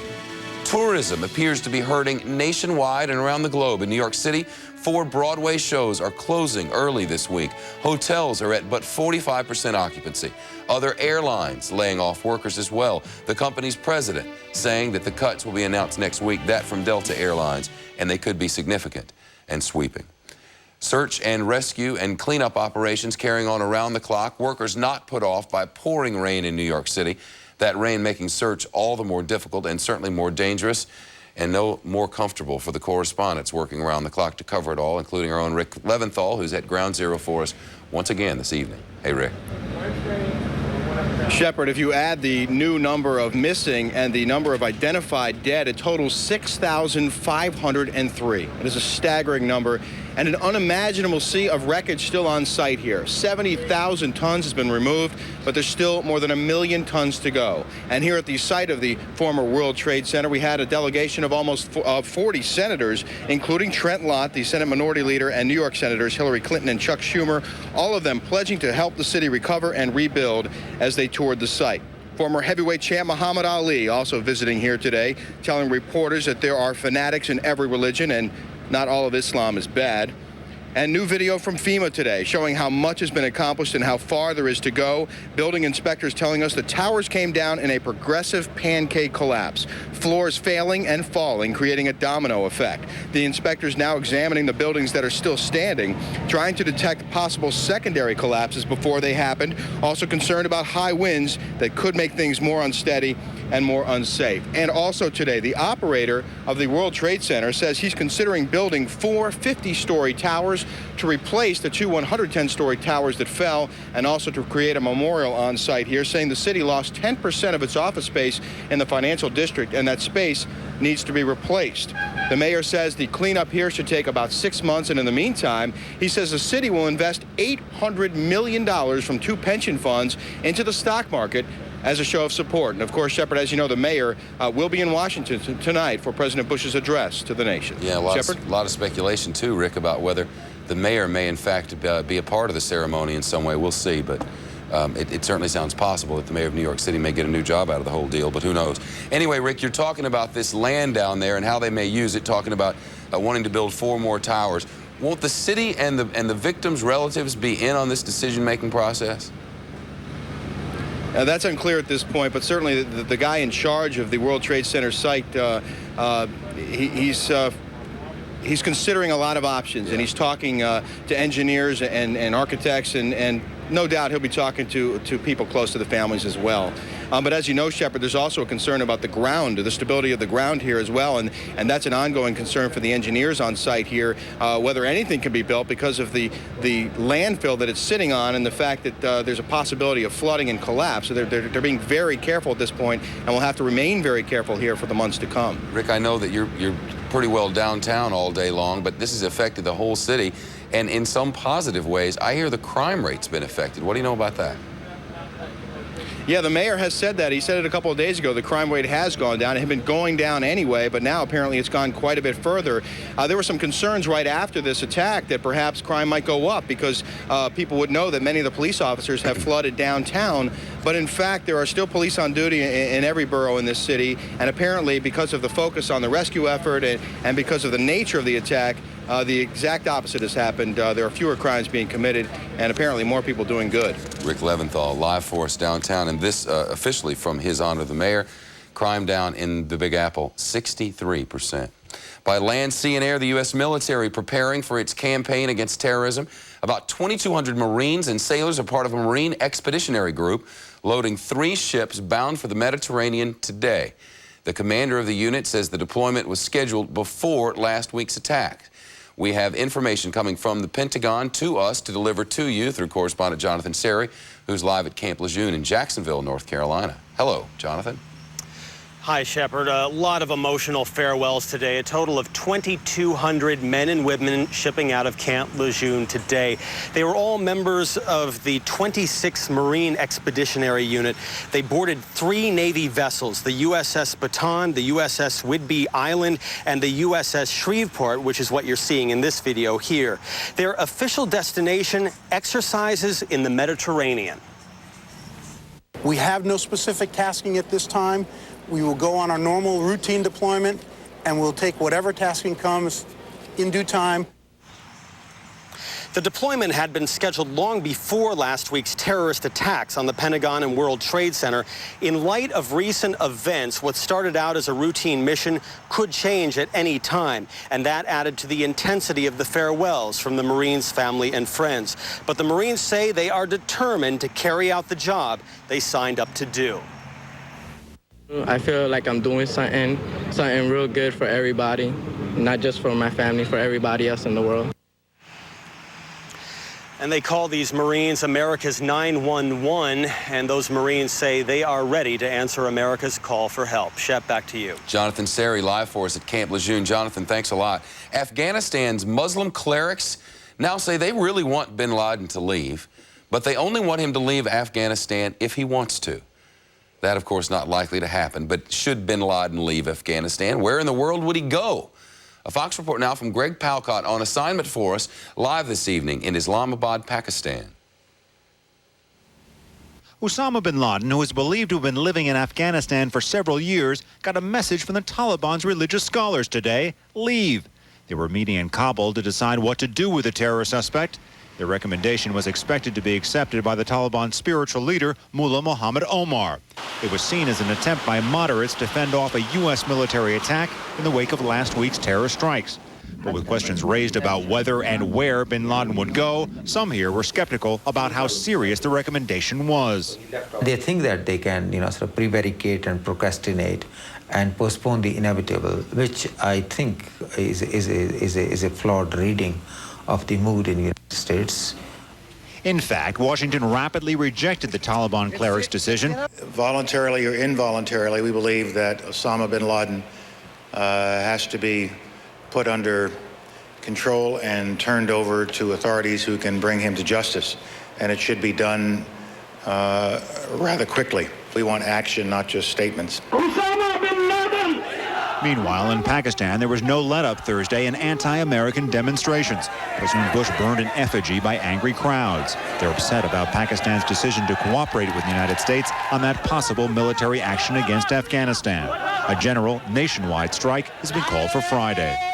The ongoing protests here in Pakistan and the mixed signals coming out of Afghanistan are just two more signs of how difficult America's new war on terrorism is to wage, even in the early days. In Islamabad, Pakistan, Greg Palcott, Fox News. Well, terrorism does not exist in a vacuum. While the United States searches for support, structures responsible for last week's attacks, a look at America's front groups offering support to groups implicated in other terrorist activities. In a Fox report now from William LaJeunesse. Suicide bombers, explosives strapped to their chest, trained for their jihad or holy war against Israel and the infidel Americans. In the Middle East, this is nothing new. But according to government records, Islamic terrorism and extremism is often supported rhetorically, politically, sometimes financially by front groups in the United States. They are operating in various cities. They are fundraising for the master agent, if you will, for Osama bin Laden. There has been a misguided backlash against members of our community. It is people who are ignorant of what is our community, what is Islam, what do Muslims stand for. To many, Islam in America is the face of Osama bin Laden. Experts call him the common thread in a tapestry of terrorist groups, including Hamas, tied to the first Trade Center bombing in '93, Hezbollah, wanted in the '95 bombing of 5 Americans in Saudi Arabia, African embassy bomber Al-Qaeda, the PLO, and the Islamic Jihad, suicide bombers from Egypt and Algeria trained from childhood. This passion, hatred, while rooted in the Middle East, branches into the United States. Radical Islamic clerics preach in Toledo, Chicago, and Washington, D.C. Their message? Kill the Jews and drive America out of the Arab world. We are all supporters of Hamas. Allahu Akbar. State Department, FBI, and congressional records draw a lengthy and disturbing portrait of terrorists inciting hatred, recruiting new members, and raising money using organizations here in the United States. In June, the New York Supreme Court ordered America's largest Muslim charity, the Holy Land Foundation, to stop sending tax-free donation to, quote, bin Laden and other terrorist groups. The foundation denies the charge, but also says it's free to give its money wherever it wishes. To their credit, they're one of the very few organizations that have been accepting to take the heat, to send, money and contributions to the Palestinian people who had been under siege under the brutal Israeli occupation. The Holy Land Foundation was founded by Hamas leader Musa Abu Marzouk, who also helped establish a Muslim think tank in Washington, D.C. Arrested and extradited to Jordan, court affidavits say, quote, Marzouk financed terrorist activities against Israel. In Tampa, federal agents raided the Islamic Committee for Palestine and its think tank, the World and Islam Studies Enterprise, which hosted radicals from the Islamic Jihad and Sheikh Omar Abdul Rahman, convicted in the '93 plot to bomb New York. According to affidavits, these groups were fronts in order to enable individuals to enter the United States, despite the fact they were international terrorists, bringing suspicion to almost any Muslim group, warranted or not. In Los Angeles, William LaJeunesse, Fox News. Well, the city of New York is in the running for the 2012 Olympics. Now word from the mayor of another major city who's offering a backward support of some sort.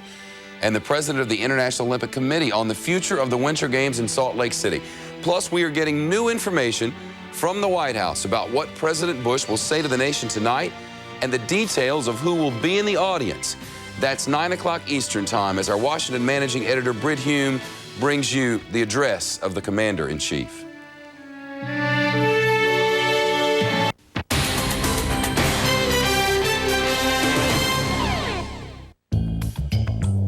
You know, some mornings this is just too much. Especially when it's cold and nasty outside. But you're my pal. You're always there for me, unlike some people. And I'm not gonna let you down. Come on, man, let's go outside. So, Cosmo, got any big plans for today?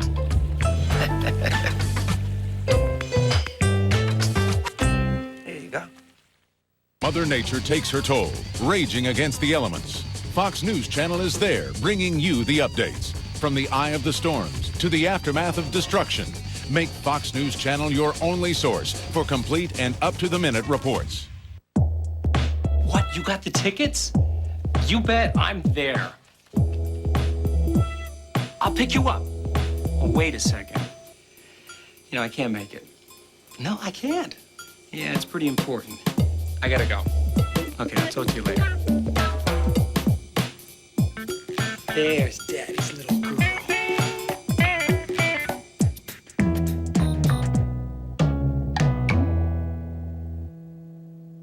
No. You know, we agree on just one thing. A good argument's the best way to get to the core of an issue. Wait a minute, I don't agree with that. A discussion's the best way. You have to explain, reason, justify your position. Everybody on TV is discussing things, Alan. That's boring. If you want to find out what people really think, you need a good argument. No, a discussion's better. An argument. A discussion. We can agree on this. It's your turn to pick up the check today. Well, I'll argue that one. Alan, let's see if we can discuss this.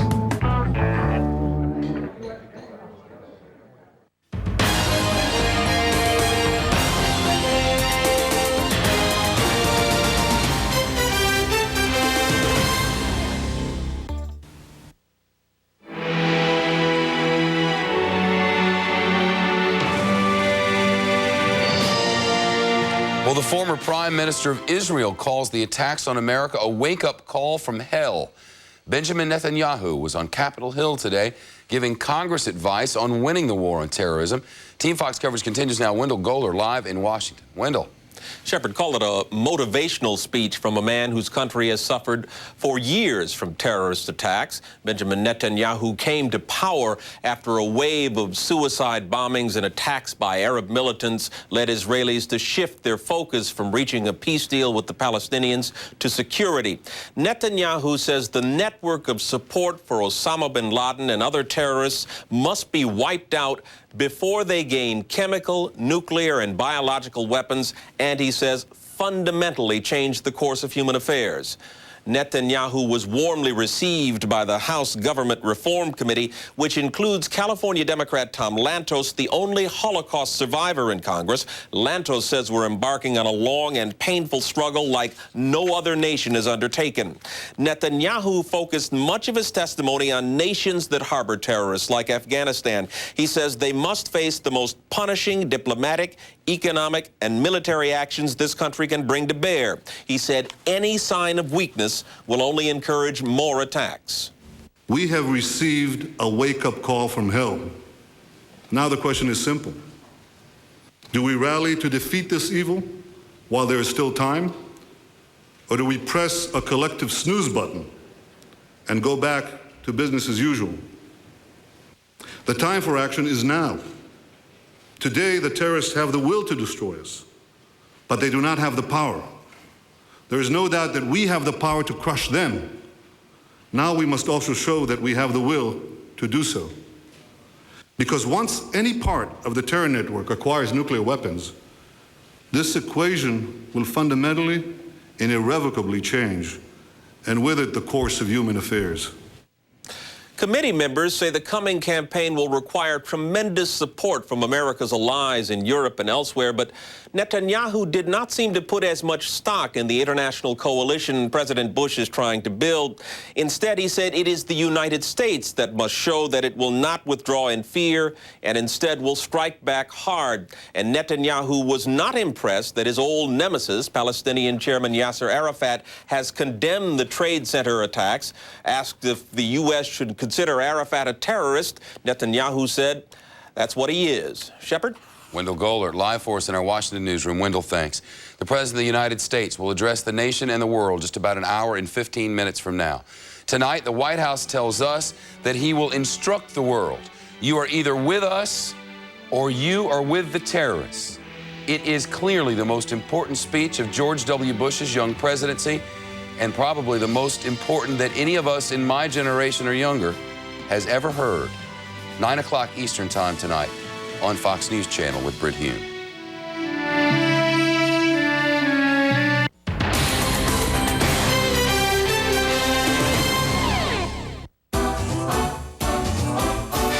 Shop Japan. いつの間にか住み着いてしまうネズミやゴキブリ、あの手この手を駆使してもなかなか大変。そこでアメリカ生まれのゴキブリネズミブロッカーペスト X のご紹介です。このペスト X はコンセントに差し込むだけで OK。 すると電気の配線を伝わってゴキブリやネズミの嫌がる電磁波を発生。だから壁の中や天井裏がとても住みづらい場所になってしまうんです。さらに室内には特許のスイープサウンドテクノロジーを使った超音波も発生。電磁波と超音波のダブルパンチでゴキブリやネズミの住みづらい環境づくりに追い打ちをかけます。このペスト X は家電製品や電子機器などに影響を与えることはありません。また化学薬品を一切使用しておりませんのでお子さんやペットにも安心です。さらに超音波だけをスイッチで簡単に切ることができるのでハムスターやウサギなどのペットを室内で飼っているご家庭でもお使いいただけます。しかも便利なフロアライトがついていますので夜間の足元を照らすちょっとしたインテリアとしても最適ですよ。このペスト X は米国特許を取得しておりアメリカ環境保護局の承認も受けた安心の商品。一般家庭ならこれ1台で OK。12 ヶ月後には効果を実感できます。電気代も1日わずか数円程度と大変経済的。倉庫やオフィスなど業務用としてもぜひお使いください。1台でおよそ70坪に効果を発揮します。電磁波と超音波のダブルパンチ。アメリカ生まれのゴキブリネズミブロッカーペスト X は13,800円です。ゴキブリネズミブロッカーペスト X13,800円。お申し込みはフリーダイヤル 0120-386663 今すぐお電話ください。 Get it at Shop Japan.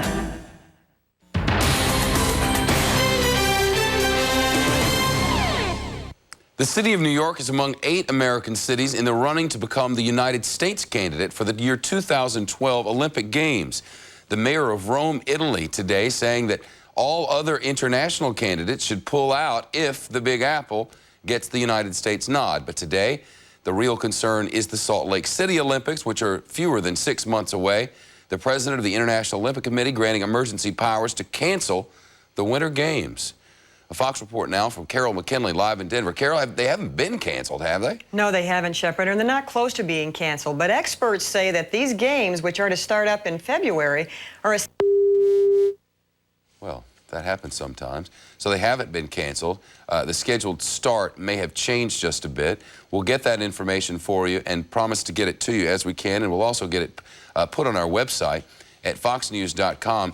The information that we already have about President Bush's address for this evening, again, that information released by the White House to the press corps so that we could deliver it to you. That information is on our website now at foxnews.com, up and running, updated for you 24 hours a day from America's choice for fair and balanced news. Let's get to our senior White House correspondent, Jim Engel, who's been in a briefing as we wait on the president's speech. Jim, how are things there? Well, things are fine, Shep. The president is now meeting with British Prime Minister Tony Blair. We might even hear from them before he leaves at about 8:30, and when the president leaves, of course, to come up and give his speech. And as we reported earlier, the president intends to announce the creation of a new cabinet-level department. for Homeland Security. Obviously, the administration working quickly to deal with the vulnerability that we all feel after what happened on Tuesday, September 11th. So a new cabinet-level department for Homeland Security. And that person will be announced tonight, and as we understand, that person will be named in the president's speech tonight. Now, that is one of the many things that you will see in the speech. Of course, as you said, we have had some of the highlights earlier, some of the excerpts from the speech. The president will once again say to the nations of the world, basically, you are with us or you are against us. You're with us or you're with the terrorists. Now, in addition to that, Shep, in the audience tonight, in the gallery for the president's speech, will be a number of what are referred to as hero guests. That includes a number of members of the fire department and police department, as well as a couple of other people. Let me just give you one example. Petty Officer Sean Whitmarsh of the U.S. Navy put out a fire on a Navy lieutenant in the World Trade Center by using his own shirt, then pulled 10 to 42 people, they're obviously not sure how many, out of the wreckage. He commandeered a motorized vehicle in the building to continue evacuating people that were injured for the next 4 hours. There is story after story after story, the kinds of things we've been talking for the past few days, the kinds of bravery that you saw when people were faced with this horrible tragedy in New York, what the people who were still alive and uninjured did to help those who had been injured. It will be a very touching moment, Shep. Yeah, I'm quite certain that it will be, Jim. You know, we got the new numbers from Rudy Giuliani today. More than 6,300 missing. The presumed dead, well, not presumed yet, but I mean, let's face it. You look at this building, there are not many chances. More than 6,500 at least. And now the president trying to rally us all together tonight, and with, sounds like what you're talking about here is basically a terrorism czar, no? Well, in some ways, there are some things that I can't tell you yet because of the circumstances under which they were given, Shep. But suffice it to say that the administration is planning to do a lot. Now, this administration started looking at these tasks and how prepared the United States and the United States government was very early on in this administration. There have been numerous studies. There have been 3 studies, some of which lasted for 2 or 3 years, commissions, one under Governor Gilmore, another under former Ambassador Paul Bremer. Many studies by think tanks, all looking at what the U.S. should be doing that it wasn't doing to be prepared to hold off terrorists or to deal with a terrorist incident if indeed one did occur. The administration started working very early on that, and tonight you will hear a lot more about what the administration has decided to do. What are our concerns now about Iraq, Jim, reading from Saddam Hussein and all his rhetoric today? The Saddam Hussein rhetoric today was unbelievable, Shep. Basically criticizing what people have done in New York City to help the victims, suggesting Iraqis would have been better at that. It was just stunning, as many of the things Saddam Hussein says are. Was just amazing. Now, as far as Iraqi support, American officials would love nothing better than to find some evidence that there is state-sponsored terrorism. It would be a much easier target if you could go after Saddam Hussein because those are fixed, stationary targets. It would be much easier. So far, there is only a little evidence, just hints of maybe some connections with people of intelligence agencies, Iraqi intelligence, for instance, but so far, no specific evidence that there was any state-sponsored terrorism. Officials and the intelligence and investigative communities continue to look for that, but so far, they don't have any strong evidence. I listened earlier today as Benjamin Netanyahu, the former prime minister of Israel, spoke in Washington, received with quite a degree of applause today, too, which really wasn't all that surprising, Jim. And he suggested that bringing in any state that sponsors terrorism, whether you can prove it or not, into this campaign against terrorism may make for a winning battle, but losing a war long term and crippling from within the coalition. How does the president take that?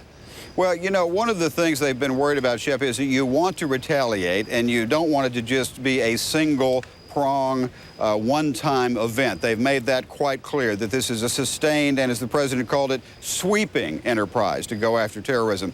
The problem is it is very difficult to do some of these things without what is referred to rather clinically as collateral damage, meaning the loss of innocent civilian lives. And of course, you have to be careful with that because that can be very controversial. It can dent the coalition, the consensus that you have among the allies that are working with you.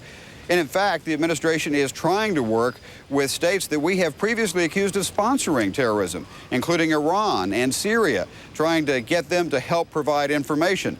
And some nations that we haven't been too friendly with, according to American officials, are providing information. They are cooperating in this. So there is a degree of cooperation even among some nations that have been fairly close to terrorists in the past. But no one is really sure how to do this. This is not a traditional coalition, Shep. It's a coalition where some people might do very little and others might do a great deal. They're trying to get everything they can from everyone who is willing to participate. If Iran were to supply some information, they would happily take it, though I think they would be quite skeptical of it. But the fact is, it is very difficult if you mount a multi-year battle against terrorism to keep that coalition together. That is one of the biggest challenges for George W. Bush, and something I suspect you'll hear something about tonight. You know, it feels, Jim, like one thing the nation is wanting now is some sign, something they see on television, the pictures of some sort of retaliation to fill some sort of void in the soul, much like I remember watching the beginning of the Persian Gulf War late one evening. It's just flat not going to be like that, is it? No, it's not, Shep, and they warn that some of the successes will be hidden. In fact, if you talk to people familiar with intelligence operations, they'll say that there have been many successes that they cannot talk about because they don't want the terrorists to know that they were involved in thwarting their activities. We do know some. They obviously stopped what was a series of planned terrorist attacks on New Year's Eve, Millennium New Year's Eve. There have been many other successes that they have a little difficulty describing because of sources and methods of intelligence gathering. But clearly, it's going to be a different kind of war. It's not going to be something where you can look up one day and say, okay, they bombed that city, they wiped out that army, as officials have said repeatedly. This is not where you have an enemy that has an army, where there are beaches to storm, where there are military posts to bomb. Shep? Well, we'll all be looking forward to hearing the president later tonight. Jim, thanks for all your insights. It's been a tough day in New York. The numbers rising officially from the mayor, now more than 6,300 still missing somewhere inside the rubble. As the president speaks tonight, the rescue workers will remain at their post. I'm Shepard Smith in New York. For all of us on the Fox Report, thanks for trusting us for your news and information. Britt Hume's up in 1 hour with the president's address to the nation. The O'Reilly Factor is on. Tonight, President Bush about to rally the troops, and that includes all Americans, in a speech before Congress. We'll give you an advanced look. Author Tom Clancy predicted the jet plane terror almost exactly in his novel Debt of Honor. Mr. Clancy will be here. And Arnold Schwarzenegger's new film has been postponed indefinitely because it was about terrorists. We'll talk with him. Caution, you're about to enter a no-spin zone. Factor begins in 90 seconds.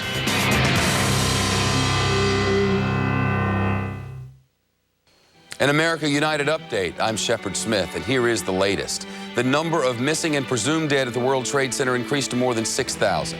New York City Mayor Rudy Giuliani says some bodies may never be recovered.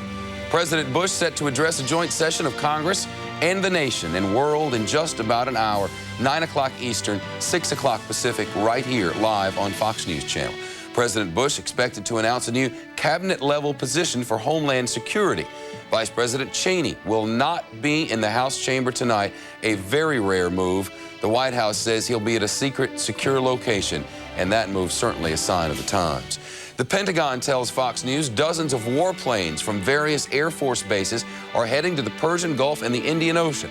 Also, about 2,200 Marines and sailors, part of the 26th Marine Expeditionary Unit, shipped out to Camp Lejeune, bound for the Mediterranean today. The FBI has arrested a man near Chicago. The agency says the 34-year-old was on the list of more than 200 people whom investigators would like to speak with regarding the case. It's possible some of last week's hijackers stole identifications. The FBI director says they are not sure if the identities of some of the hijackers whose names were released last week are accurate. Another airline's laying off workers as well, Delta to make the announcement later this week. The president's here in 1 hour. I'm Shepard Smith in New York on Fox News Channel.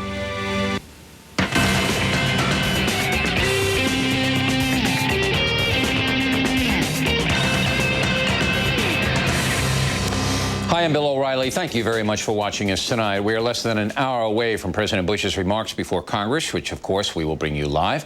And in a moment, we'll tell you what he's going to say. But first, the talking points memo. Do you feel safe? The first words of the Constitution are these: we, the people of the United States, in order to form a more perfect union, establish justice, ensure domestic tranquility, provide for the common defense. Domestic tranquility and a common defense. Interesting words. And that is the essence of why the founders installed a strong federal government. But the powers that are today have let us down because the bureaucracy is simply too big and too self-interested. The website worldnetdaily.com is reporting that one day before the terror attack, Congress received a report that said bin Laden was looking to attack the United States. The report, authored by Kenneth Katzman, specified that bin Laden has an estimated $300 million in assets and a terrorist network of 3,000 individuals spread out over 35 countries, including the U.S. and Britain. The report also says that only 2 other terrorist organizations have the capability of launching massive attacks. Both are Palestinian-based, the Islamic Jihad and Hamas. So the federal government knew that Islamic terrorists had the money and the manpower to attack us. Why, then, was not more attention paid? It is impossible to answer that question right now, other than to say that our system of government is based on holding meetings and gaining consensus. This is a slow, unwieldy process that is too frustrating for people of action. Those who are drawn into the Washington bureaucracy are usually not people of action, they are people of reflection. Meantime, we, the people, are hanging out to dry. Talking Points hates repetition, but time and time again we've reported that the borders of America are not secure. And the reason they are not secure is that the federal government does not have the will to put U.S. forces on the borders. If you travel abroad, you know that's very unusual. Most countries have a military presence on their borders. The feds also know that the Immigration and Naturalization Service is completely overwhelmed. It simply cannot track people who overstay their visas, like some of those terrorists, and has little interest in apprehending undocumented aliens that are pouring across our borders. Does that sound like providing for the common defense to you? This is not finger-pointing or Monday morning quarterbacking. This is reporting and analyzing a fundamental weakness in the United States of America. All of us are in danger right now because our federal government has lost control of the borders and the immigration process. And that is the God's honest truth. It's also the memo. Now for the top story tonight, President Bush addressing Congress and the nation. Joining us now with analysis is presidential historian Douglas Brinkley from New Orleans. And from Boston, Dr. Mimi Goss, who teaches public policy at Harvard's Kennedy School of Government. Dr. Goss, we have the advanced text of the speech, and the president's going to say to the American people, it's going to be a long war. And he's going to be a little bit bellicose. He's going to say, you're either with us or against us, and we're going to know who the people are and not going to help us out. From your pre-interview, you don't really like that kind of language. War, with us, against us, dead or alive. Am I wrong? No, you're right. I don't like the concept of an all-out war. I think that the war on terrorism is a good idea, but he's addressing 2 different audiences. One, he's addressing the American people who are still in grief, particularly people in the New York area and the Eastern Coast. But he's also addressing other nations, including nations that we have not traditionally had alliances with. For instance, he's got to be addressing also the Prime Minister of Pakistan, the people of Pakistan. I think if we're really going to win this war on terrorism, we can't do business as usual. This is not like the attack on Pearl Harbor, when we knew the Japanese were attacking us. We're pretty sure the evidence is pointing to bin Laden, but we're not sure. I think that... Well, we are sure. We are sure that he has committed crimes against us. There's warrants out for his arrest.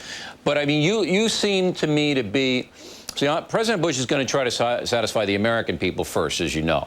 I mean, secondarily, Mr. Brinkley, I mean, Dr. Goss is a good point. Foreign nations are going to be listening. But he's got to regain the confidence, and not that he doesn't have it already, but he's got to bolster the spirits of America, correct? Absolutely. This is an important speech, and this is a speech that's being given to the American people. We're not worried about the Pakistani foreign minister this evening.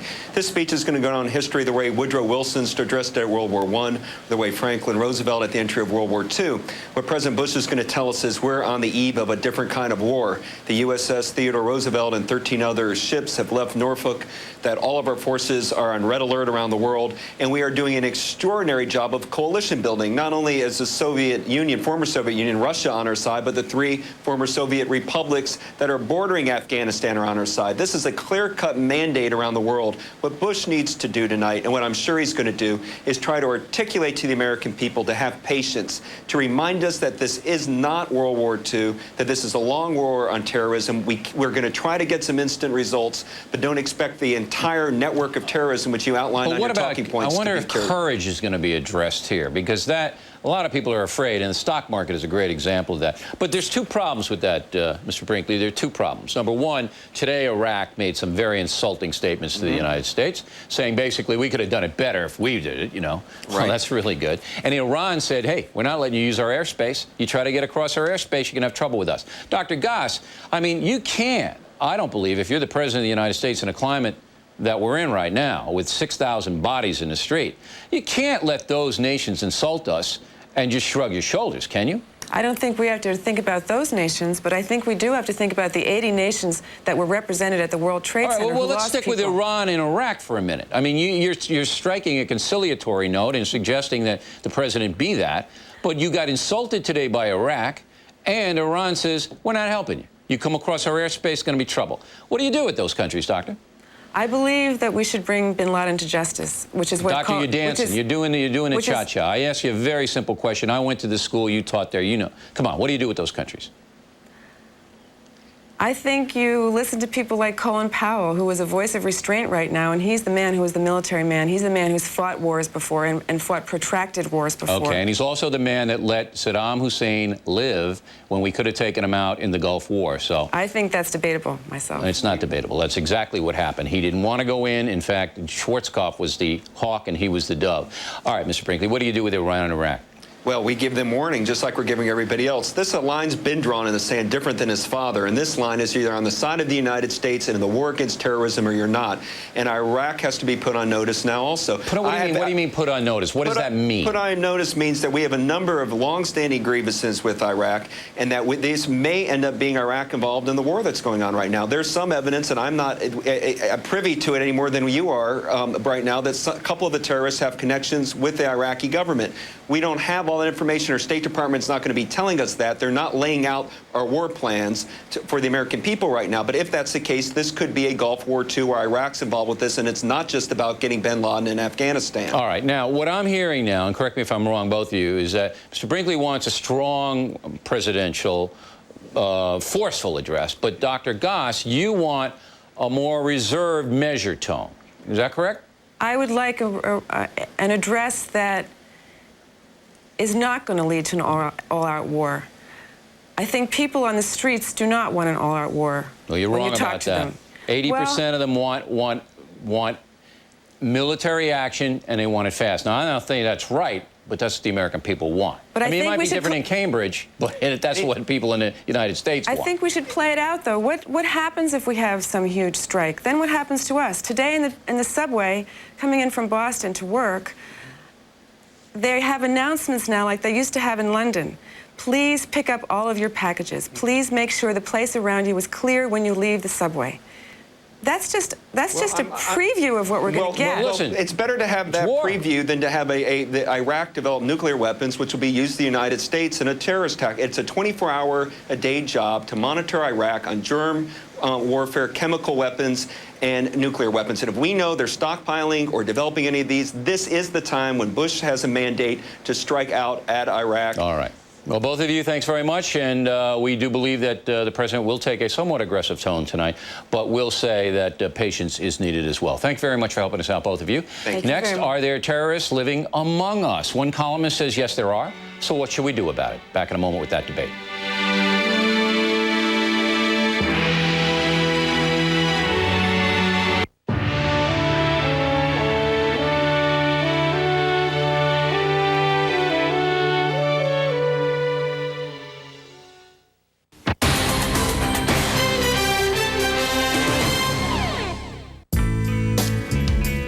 Remember him?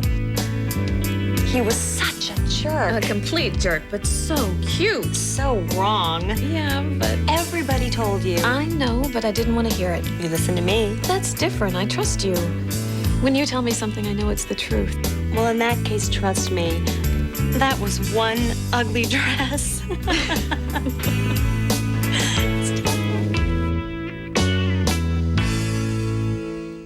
Fox News Channel Daytime. You want to make the right choices. We give you the power to decide for yourself. Fair and balanced. The most powerful name in news. Fox News Channel. We report, you decide. What? You got the tickets? You bet I'm there. I'll pick you up. Oh, wait a second. You know, I can't make it. No, I can't. Yeah, it's pretty important. I gotta go. Okay, I'll talk to you later. There's Daddy's little girl.